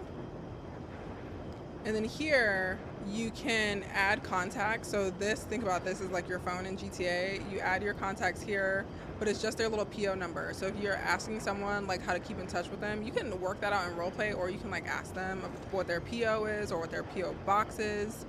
But yeah, to create a new, how do you create a new contact? I forget. Oh, just go to address book and go to create new contact. You just put their name and their PO box. You can use notes if you want to. I use notes, I forget who everybody is. Like this person I called Helpful Guy. I think we found out his name was Reggie, but I don't know how to edit this. And you can also see like all the messages that you've had with that one person. Your inbox, sent, and trash is here. You can send a letter this way. You can select multiple recipients if you want to, or just one. You can choose to send it anonymously if you got smoke for somebody, you want to threaten them like I'm gonna do. A subject and a letter. A lot of people write in character. Like we have, let's see. I should probably start cleaning up my inbox. Let me see. There was one person that we talked to who had a very formal and like creative way to send telegrams, and I love this. I honestly always had ChatGPT write it for me. Sometimes I would do it myself, but you'll see the message here. Some people get very creative with it, and yeah, that's how you can communicate. I don't know who this message is. Oh, drama. I'm gonna leave that one alone until we get to Twitch. But that's your mail. Let's talk about a couple ways to make money, and if you guys are in chat, please help me out because I have a very limited view. I have stuck to just minimal things. My favorite way to make money is horse wrangling. So if you look on the map, you'll notice in different places you'll see a horse buyer. Again, this is specific to the city. I don't know if all cities have it, so the details will be different in other cities. But here you see a wild horse buyer. Those are people that'll buy horses, or it's like an area that'll buy horses that you've caught in the wild. There's one over here. This city doesn't have a ton of them. There's one up in Valentine I never noticed, so I used that one a little bit last night. And then usually there's one in Blackwater. This is the one that's I think most popular here because there's always a lot of horses in this area of the map. There's one way out here, but usually like around that area, not super close, but around that area you'll find wild horses. I don't know if you need a lasso. I would recommend having a lasso to catch them, but you could creep up on them and try to hop on them. That's way harder because the moment they hear you, they're gonna run off and you can't catch them. So I use a lasso. For me, I just go hot and heavy. I chase them down and I lasso them. A lot of people, it's easier if you're not moving, I guess. So some people like to just like crouch and sneak up on them and then throw the lasso and try to hop on. I'll try to do one before the end of stream, but basically once you get on, you hit E to get on. Like you're gonna hold down your mouse with the lasso to like make your way close to the horse. Once you get close, you have to let go of the lasso and like hit E very quickly to hop on the horse. And then you keep hitting G to tame it, and then slowly over time it'll calm down, and then that's when you can walk it and take it somewhere. The horse buyer is $30 in this city. I don't know if is this out of character information? I don't want to give too much away. There are a couple of types of horses that are rare. So if you adopt those horses, you have to spend $100 to adopt them, and then you come sell it at the stables. You make up to like $135 in the city. Again, the city's economy is a little more realistic, except that expensive ass food, but the economy is more realistic. You can also do bounty hunting. Thank you, Tariq. So bounty hunting's a thing. I think it's illegal to do it without a license. I'm doing it without a license because I don't care about the law. My character doesn't care about the law like that. But you would just find a sheriff's office or a station. I don't know why I can never find it here. Oh, it's right here. Oh, I can go right there. You just find a sheriff's station, and the bounty hunting, these are NPC bounty hunting things. So this is not player bounty hunting. They do have player bounty hunting here. I think you actually just like roleplay that out. You work with a lawman to get bounties. I assume those probably pay better, and that would be you finding another player versus finding a local. So this one, let's see. So it's always just this board. This board is outside of every place that has bounty hunting. You come up on it, you can hit either long mission or short mission. I am not gonna start one right now. And it'll put like a yellow dot on your map that you follow the line to get there. Once you get close, your bounty's gonna be somewhere. You gotta find him. It's gonna light up like red on your map. But the closer you get, the more you're gonna have some opposition trying to come at you and murder you. So a lot of people do these in groups. We've done them in groups, and you can bring your friends as backup, but you could also just like either try to get out there very quickly or kill them all. There are also, delivery jobs. So there's a bunch of delivery jobs that you can do. Some of them are, you have to be on a horse. Like for example, up in Van Horn, they have a fish delivery job that you have to be on a horse for. Hold on, my throat's not hurt. Why does my throat hurt when I stream on YouTube and not Twitch? What is this? Am I talking loud? Am I loud to y'all? Am I just talking a lot? No, I'm always talking loud. Anyway, blacked out. Fishing delivery. You could do that. There's mail delivery, like in Valentine. Sometimes they're timed, and sometimes, the bounty hunting's timed, by the way. You get 10 minutes to do it. The delivery jobs, sometimes those are timed as well. And sometimes they'll have like locals chasing after you, trying to kill you. The first one I ever did for the fish delivery, it took me across the entire map. It didn't have a timer on me, and I didn't get chased down. It was just such a long journey, and that one paid very well. But you don't get to dictate where they send you. When you're bounty hunting, usually they'll send you into an area that's close by, although one of our honey buns did a bounty hunting thing with us, and it took her so far out. And she still had to do it in 10 minutes. I don't think we made it. But yeah, delivery jobs. You can collect herbs. So like, remember I mentioned the caps lock thing? If you're like in a big open field, you can hit that and you can see different like berries or whatever that you can collect and sell them to an herbalist. And you'll find those all over. There's one, this is a person. There's one in oh,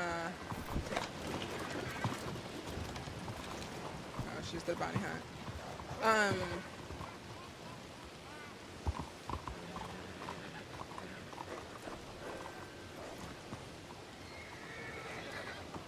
I told you, sorry, you're not 100% safe. I know. It's easier to carry that on in your hand than one of our holster friends it. got robbed yesterday in this area.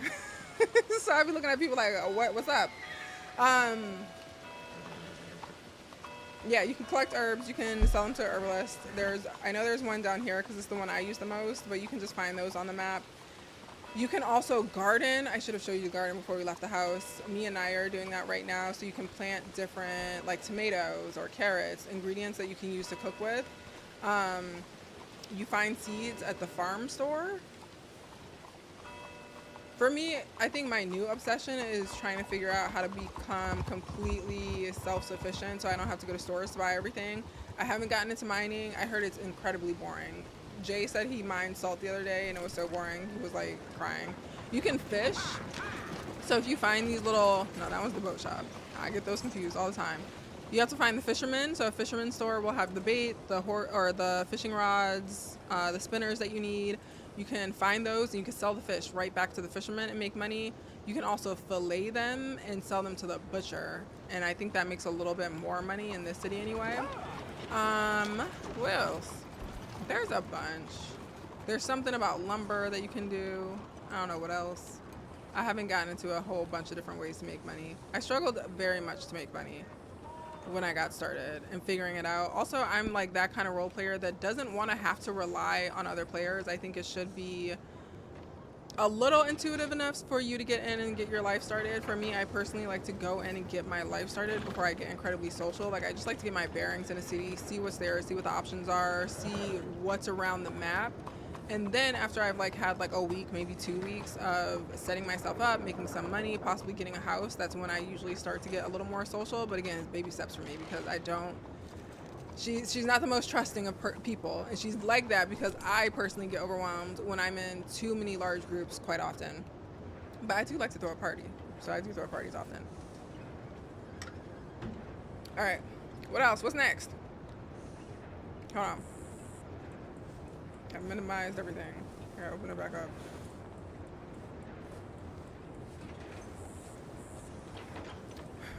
What did I want to show you in Valentine? Why did I want to go up there? Only thing that I struggle with coming from GTA is, you know how in GTA you have a list of everything that's on the map? You don't have that here. You gotta actually just find stuff. Like if someone was like, oh, go visit a mine, I'm like, what the hell does a mine look like? I've learned it's this icon. So I look around for different areas, but navigating was a little bit of a challenge for me, especially because I've never played Red Dead and I don't know this map. I don't know it exists. It's a different experience. I don't know why I want to go to Valentine, other than showing out my little saloon. Oh, you can also hunt. So if you have a weapon, when we first started, not gonna lie, I was hunting with a knife, wasn't I? I was like sneaking up on animals and stabbing them to death. Way easier to do with a gun. The cheapest gun is basically like a BB gun. So I got the cheapest gun when I first started, and I could only kill bunnies. So I was just like killing bunnies and bringing it to the butcher. You make literally cents here for that. Bigger animals make you more money. A clean headshot to a gator with one shot, because depending on how you shoot it and how often you shoot it, it could damage the meat, so you won't make as much money for it. But like a gator could get you $6, all of that. Wait, what? A spacebar will open up? Girl, I didn't know this. The more you learn. So when you open your menu, you can hit spacebar. Girl, do you know how much this would have saved us? I had no idea. Oh crap, I forgot about my mom's 2 birds up there. 20 minutes ago. Shit.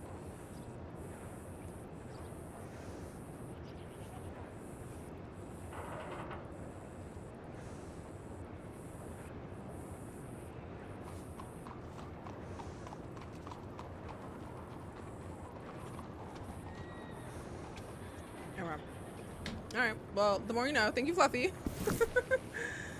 Yeah, and then you could also get jobs. I'm not a job person when I'm super new. Like, I want to get into things first, but that's also just a good way to meet other... How I get it to go away? Oh, spacebar. That's a good way to meet other people. So I think most cities will have the jobs listed in Discord. I also know some of the saloons here will say they're hiring. Like, they put flow text up everywhere here, and they'll say they're hiring outside the saloon. Although I messaged every single saloon owner that did that, and I never got a response from anybody. So I don't know how successful that'll be for you. But yeah, there's different ways to make money. Again, I think it depends on how real your server's economy is and how serious the role play is. That's going to determine how hard it is to make money. I think there's a balance though. I think it's frustrating for players if it's too hard to figure out to make money without getting handouts, or if it's too easy. Sometimes that's just not attractive. So I think finding a good middle ground is decent, because you're gonna have to eat and stuff, and the meals here, that's the one thing. Food I think is expensive. I came across one meal that was like $18. I currently am paying $18 in the year 2025 sometimes for a lunch. So like, I think that's a lot of money for this. And also because you'll sometimes need 2 or 3 of them to actually fill up. I think that's really expensive. But also the longer you're in a city, the more money you stacked up, you kind of want something to spend your money on. So that's another thing to consider when servers are pricing things. That might weigh into it. They making money. Bounties, I think, make you like what? They can make you $150, but you get all these bonuses, so you can get up to like $450, and then you level up. So I think you get paid more for different bounties. So they stacking up over there. Also, the herbalist in this city, you can sell collections. If you go to the herbalist, it'll show you what the collection is. It's going to be American ginseng, Alaskan ginseng, and wild mint in this server, which you can find just by gathering herbs from all around. And if you sell him a collection, it gives you $250. We did that yesterday. I think I have like $1,000 back in my bank account because I was just doing that a little bit, because Jay told me about it. I did not know about like how to find the herbs and stuff. If you have one-offs, you can sell it to them, or you can sell, yeah, you can sell it to the herbalist. If you're planting things and you don't have any use for it to cook with or anything, you can sell the things that you produce back to the seed shop as well. That'll make you some decent money, especially if you can plant a lot of things. And what the hell? What is that, a bull? Girl, what y'all got going on? This girl is walking a bull around. I have not seen that before. Yeah, okay, girl, do you. I can't think of anything else I can show you right now. I think, anyone have questions? Anyone like getting into RedM that's here live? I'm sure if you watch this after I'm live, ask questions in the comments. I'll try to answer it best of my ability. But I can't think of anything else to show. I feel like I have absorbed so much. I've only been playing this for 2 weeks, so we've only been here for 2 weeks. This is my first time ever playing Red Dead Roleplay. So these are just things that we've learned. I want to go somewhere no one's gonna see me because I want to switch my camera.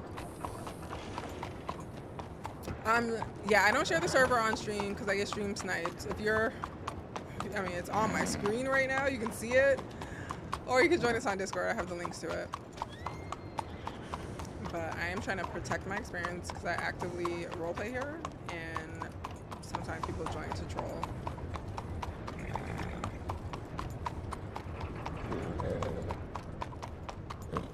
Alright, I'm gonna sit in this little corner.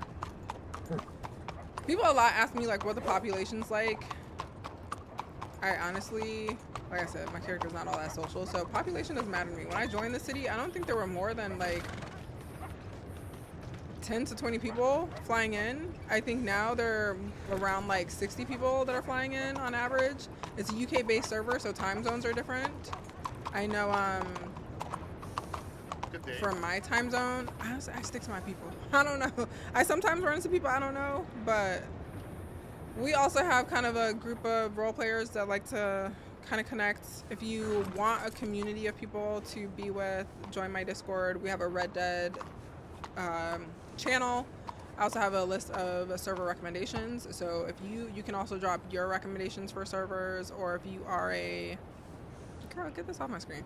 If you're if you're a server owner, feel free to drop your server link in Discord. I would also put some information about your server, like things that would make it attractive to other people, or photos, anything that you can add to help people understand why it should be worth checking out. Hold on. Let's like talk through some roleplay things real quick. Also, chat, help me out. If you have any tips for role players, I feel like a lot of people share tips with me as I was looking into it. I think when I think about roleplay tips, I'm thinking of them a little more broadly from just our experience role playing over the past decade. So if there's anything y'all think of that's very specific to RedM, let me know. Hold on, I just want to look at my notes really quick, make sure I covered what I wanted to cover. How long have we been here? 2.5 hours? Girl, I said this stream was gonna take me 2 hours. We lied to ourselves. Jeez Louise. Let me see. And if you have tips, I can pin them on the screen too, so let me know. Let me just really quickly look at my notes.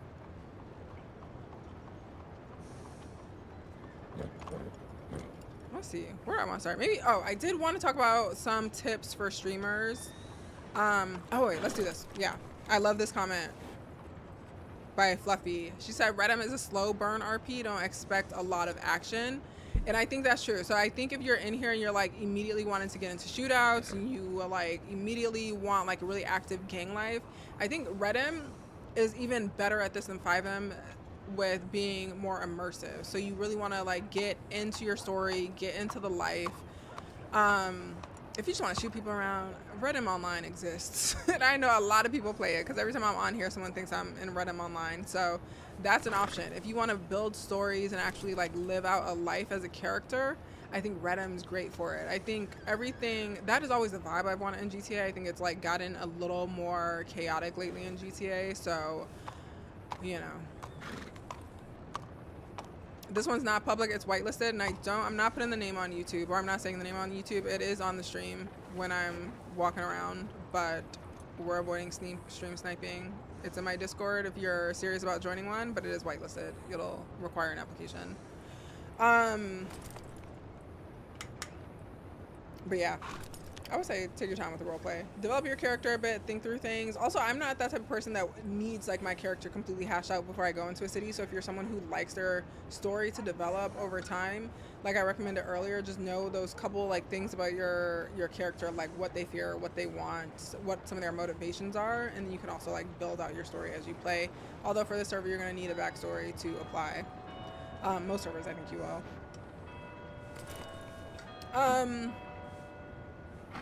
For me, another thing, I do like putting on an accent in here. It just helps me like feel like I'm more immersed in this role play. I think my natural speaking voice is one, very fast and very like Valley Girl, and I just felt like it didn't fit with the time. So I slow things down.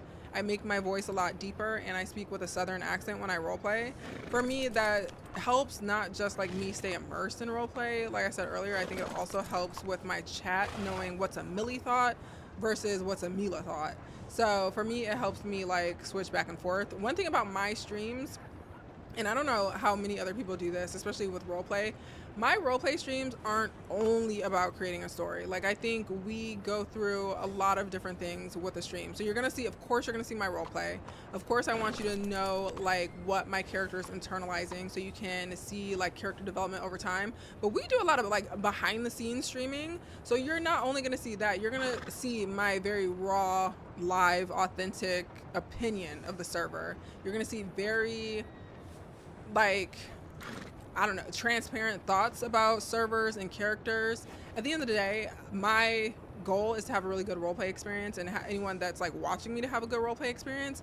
But one thing I always feel like when I used to roleplay, it feels almost like very secluded if you don't have a group of friends. So sometimes you're experiencing things in servers that feel like is unique to you. So for my community, I like to like show like, you know, we might all be experiencing this thing, and like, you don't have to feel like terrible about it. Because I think sometimes when you're role playing independently, especially when things start to happen that are uncomfortable or annoying in role play, it really feels like a much bigger deal because it feels so specific to you and it feels personal. So sometimes you'll see me react very realistically or very live to things that are happening, and I'll very much share my out of character opinion. That's gonna be different with all streamers. So some streamers, it may just be about the story. They may not ever talk about the servers or what's going on in the server. I'm gonna be very, is both transparent and creative, because at the end of the day, I do things like this where I like to help people in the roleplay community where we do tutorials, but also I want to be realistic about like kind of the emotional weight that sometimes you go through role playing. Sometimes they be pissing me off.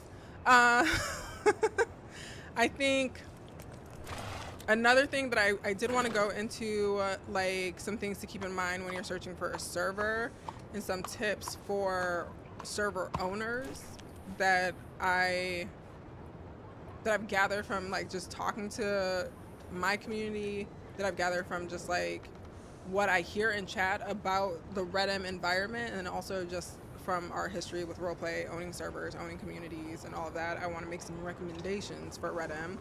I think I'm gonna trot to Valentine as we talk through this, because I don't want it to get boring and we just staring at my character. But let me see. I think the one thing, we're gonna broach a sensitive topic, because I think one thing that has always kept me out of Red Dead, and not gonna lie, out of RedM, is I think already we always talk about that I get PTSD from GTA roleplay. It can be very toxic in GTA, and I think the issue that we have, it's usually we're targeted as a woman. I think GTA roleplay can be uncomfortable for women. You're like preyed upon. Servers aren't always very protective of women, and they're not always protective of like the LGBT community. So I think the unique experience with Red Dead is this is set in 1901, where things were a little different back then, a lot more bigoted, and sometimes people role-playing in those environments can bring that to role-play. So I think one thing that was important for me was finding a server where I feel very comfortable and safe as a role player, that one is a woman, that has a community full of people in the LGBT community, that is recommending servers to those communities. I myself am asexual, but I mean, usually that don't play into my role play. And then also, of course, being a black character in this time period and making sure that we're gonna be safe and not feel like discriminated against or uncomfortable. I mean, we've been called an N-word in GTA. So I really always thought coming here it would be like that, but worse. So it really is important to find a server that makes you feel very comfortable, and making sure that things regarding all that type of activity is really explicitly in their rules and against their rules, and they actually act on it. That's a huge thing for me, and I think that's something to look forward as look for specifically as you're joining communities. Because I remember even in GTA, there were some servers that didn't even have rules against harassing women or trying to force women into certain types of roleplay. So I would always leave servers that didn't very openly like address that, or they didn't openly say what would happen if you were being weird or homophobic. So I always look for servers that have those in the rules and are serious about it, not like some blanket statement about it. I think really read through a Discord before you decide if you want to get into it. And unfortunately, a lot of these servers have those type of details behind a whitelist, so you can't see anything in the Discord. For me, even after I got whitelisted, I sat here and read through just how people talk to one another, what interactions look like, what announcements look like. So those are kind of things to look for. And I would say as a server owner, you're taking on a task owning a server in RedM, just knowing that that is an undertone that exists and it's real. Because right, I've had a bunch of people coming through chat both on Twitch and primarily on TikTok about people talking how rough of an experience they've had just like creating a black character and role playing as a black person in this game. So I think you do have a unique challenge as a Red Dead server owner to make sure your environment feels inclusive.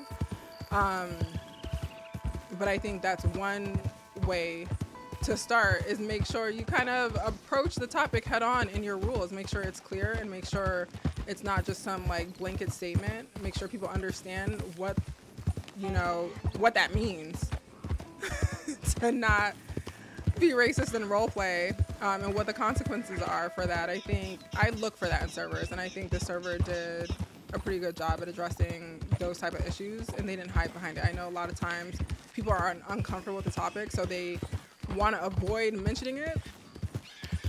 First of all, I saw those pigs. I need those pigs. I need to cook up work meal later. But yeah, I think that's the one thing that you just have to approach very head on. And I would say the same for any marginalized community. Like, make sure that people understand homophobia is not welcome and what that looks like and what the consequences are. I remember in GTA, that was our biggest issue. Like, a lot of server owners, they didn't understand. Like, for example, like when someone is role-playing a character that may not be their real-life gender and they speak and then suddenly everyone leaves the scene and won't talk to them, I'm like, that is really setting the tone for your roleplay. So it's not always someone in here calling people names. It's their actions that really impact the roleplay environment and really seclude members. So don't just look for like the big blatant things and say those are against the rules. Sometimes it's subtle, and a lot of it can be subtle, but I think ways to combat that, one, make sure that your staff and your teams are diverse. I think sometimes I see a lot of servers that don't have one person of any marginalized community on them. I think it is your job, if you want to be an inclusive community, to make sure that you're well represented. And I would say even like a lot of servers have businesses, and businesses really do dictate a lot of the role play in your servers. Make sure those are also well represented for different communities. Because sometimes, you know, just getting insight from people that have different walks in life can really help create and make sure the space is safe. I wanted to see a horse on the way so I can show you how to wrangle. I don't even think I'm holding a lasso though.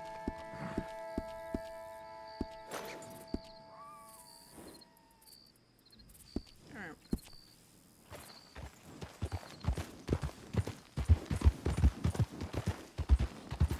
Oh, and the other thing. Oh, this is for twofold. One, I don't often report, so I don't have a bunch of like tips on if something happens to you, if someone like fails in roleplay or kills you and it doesn't make sense for roleplay.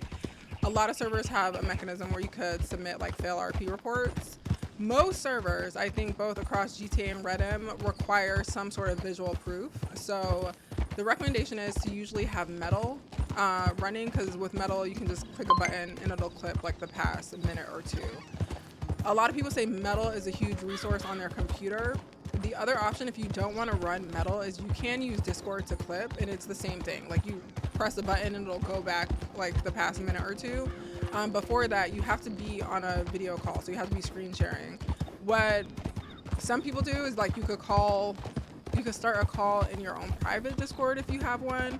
And mine, I have like a bunch of different voice channels that you can join and just share your screen. But yeah, if you want to keep it completely private and no one's watching you, you could do it with yourself or call a friend, share a screen, I don't know. But you can do the same. Discord has the same clipping feature. And Discord, I think most people are fine running Discord in the background while they're playing. So if anything happens, you can always just clip and get it I know a lot of people get frustrated when things don't like go in their way with reports, but like having, I think everyone just asks for videos all the time. And I would even say, like, for me, I look at reporting as like, if you're reporting things in a server, one, if you took a loss and it was unfair, that helps. But also, I think most people report if they're like truly dedicated to helping the server improve. What is this jacket color? This is not my jacket.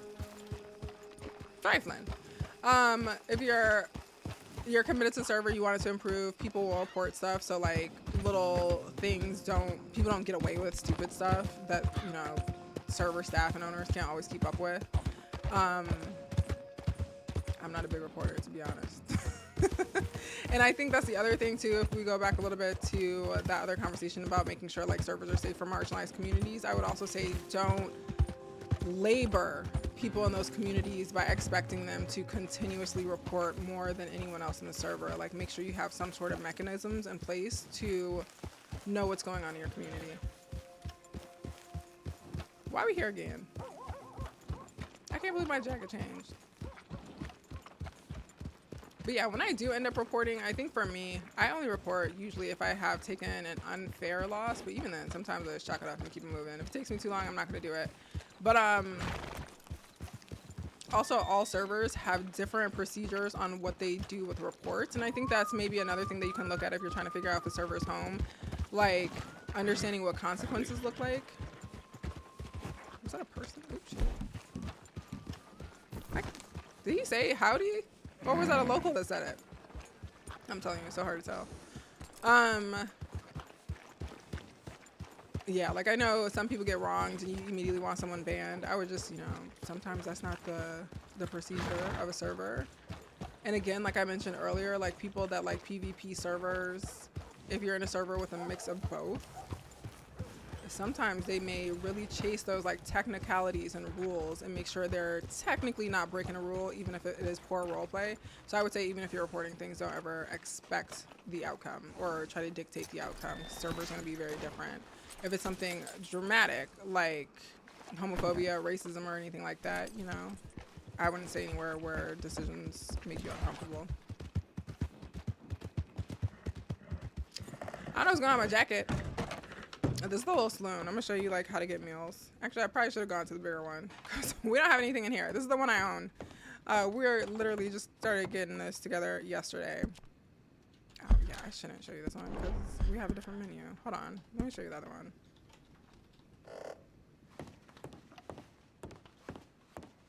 Para RP. Para RP is just time consuming. Oh, those little things. Your horse can also drink out of those. Oh, I guess I can show you. Hold on. So basically what you have to do is get your horse in front of it. A lot of people find it easier to like walk your horse over, but whatever. Yeah, horse will start drinking. You also have to bathe. You're gonna get dirty, especially in places that are as dirty as Valentine. Like you're gonna get super dirty over time. So you can go to bathhouses. Those I think also get your clothes clean. You can also like take little hoe baths and things like this. Or if you come across buckets around, you could do that. If you come across a body of water, you can crouch down and then hold down Q to wash yourself. But you're gonna want to wash because it looks crazy when you're super dirty. But like, how do I do it again? I think I can wash in this as well. The horse is so close though. But yeah, I always get frustrated when all my clothes are super dusty and dirty. You can also buy bars of soap and you could use those anywhere too. Slow it down. Where's this other saloon? You see all those people down there? Those are players. Oh, there's doctors here. So if you get murdered, this could be different for different cities too, but if you get killed out in the wild, you would do T/call doctor. In GTA, that's like 911. And if there's a doctor on duty, I think they get a ping and come to you. This server doesn't show if they're coming or not, or like if it's, you know, like in GTA, it'll say a doctor's on the way. You don't have that here, so sometimes it's so hard to know if they're coming or not. You can respawn. I think it makes you wait a couple minutes. And in this city, you don't lose your pockets when you respawn, which I can appreciate. Okay, ma'am. Nah, I can't. Oops, sorry, ma'am. No problem. You see how short he is? Like, Well, look you at could, you. the heights are so different. I love it. Okay, but you can come up to a saloon. The saloon looks like little, like, Miss? knife and fork. You hit G to open the menu. So this is everything that's for sale at the saloon. If you hover over it, it'll tell you the price. So, like, this is reasonably priced, kind of, to me. Even though I need 2 of these, usually they fill me up. Like, they're $8. Like I said, some of the expensive saloons, it could be like $16 for a meal. Hello?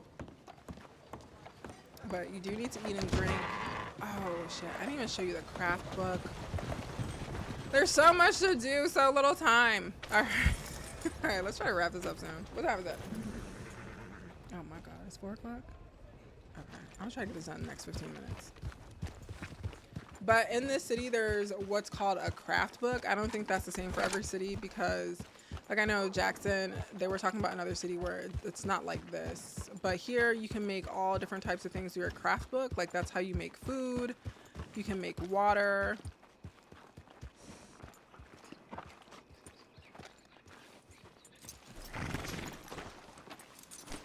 Who it is? Oh, it's a stranger. That's a local. So if it says stranger, it's a local player. Will be a person. Yeah, so there's a thing called a craft book. When you come to the city, there's one in Strawberry. It's for free. You just grab it, you double click it on your inventory, and it opens up. So it's good to have water on you all the time. As long as you have a water bucket, which I have no idea where you get that from. Someone gave it to me. I don't know where I'm gonna get it if it runs out. But you can basically craft water if you have a water bucket. There's this menu that says basic, and these are all the things that you can make. So you have water here. All you need is a watering can or a bucket. You can make coffee. You would have to find those things. We made butter the other day, and I swear this was the first time I was making anything, and it was so complicated. It was hard for me to figure out where to go. I think you have to go to a ranch to find milk. I was about to say, I still don't know where to get milk, but we had one store that was selling it, so we got lucky. Salt you can mine, or you can go to a mine store. They had a bunch of salt there. And then a milk churner is at the lumber yard. There are lumber people in here. You can also chop down trees and sell the wood, I think. These are all the different meats that you can fillet to sell to the butcher. So you'll get like raw meat. Like, for example, you killed a cow. You would get random raw meat, and then you have to fillet it to create something that you can sell to the butcher. You would need a fillet knife. Those are hard to come by. We came by a bunch yesterday, and I forgot where we were. But I think they're usually at blacksmiths. Don't hold me to that. Also, lassos are at gunsmiths. There's been, like, things I've had to figure out because they are in different places. But, yeah, your craft book comes in handy because you can make a bunch of water. And that way, you know, you won't ever, like, die of thirst, which I'm often very close to. I'm also probably going to die of hunger or have to come into my own shop and take out the fish I put in. I have not prepared any food yet. So there's nothing in here. Someone bought all the fish. Damn it. I'm going to have to go spend money at the other store. But I think that's everything, y'all. Any other tips, last minute tips before we wrap it up?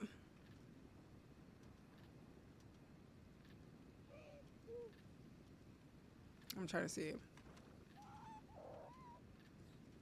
But yeah, again, you can find us on Discord. So if you want to roleplay with my community, the Discord link is in the comments. I have a channel that lists off RedM Roleplay servers, so you can go through those, see which one you might want to join. I'll drop the one that I'm currently roleplaying in there as well. If you're a server owner or you just want to share your community, be sure to drop it in there. We try to coordinate, so if I'm throwing an event or I'm having some sort of meetup, I'll put some like notes in there on how to realistically in roleplay come across my character. I like to throw at least like something maybe every week or 2 weeks, so we'll do that. Now that we have the saloon, it'll probably be quite often, a couple times a week. I do stream Red Dead live on Twitch, so we stream over there Tuesdays, Thursdays, and Saturdays. I've been addicted, so low-key was every day last week, so look out for that if you want it. I'm dropping my first episode for the series over here on Twitch this week, so if you want to like see it from the beginning, I'll be posting the full VODs, and we'll have like some edited episodes as well. But it's a lot of fun. I'm liking it a lot. If you have any questions about anything, feel free to drop those in the comments. thank you guys all for kind of hanging out with us. I'm gonna let you go out on a little Western song. Trying to get a house and the lawman kept calling you. Oh yeah, you're still a lawman, aren't you?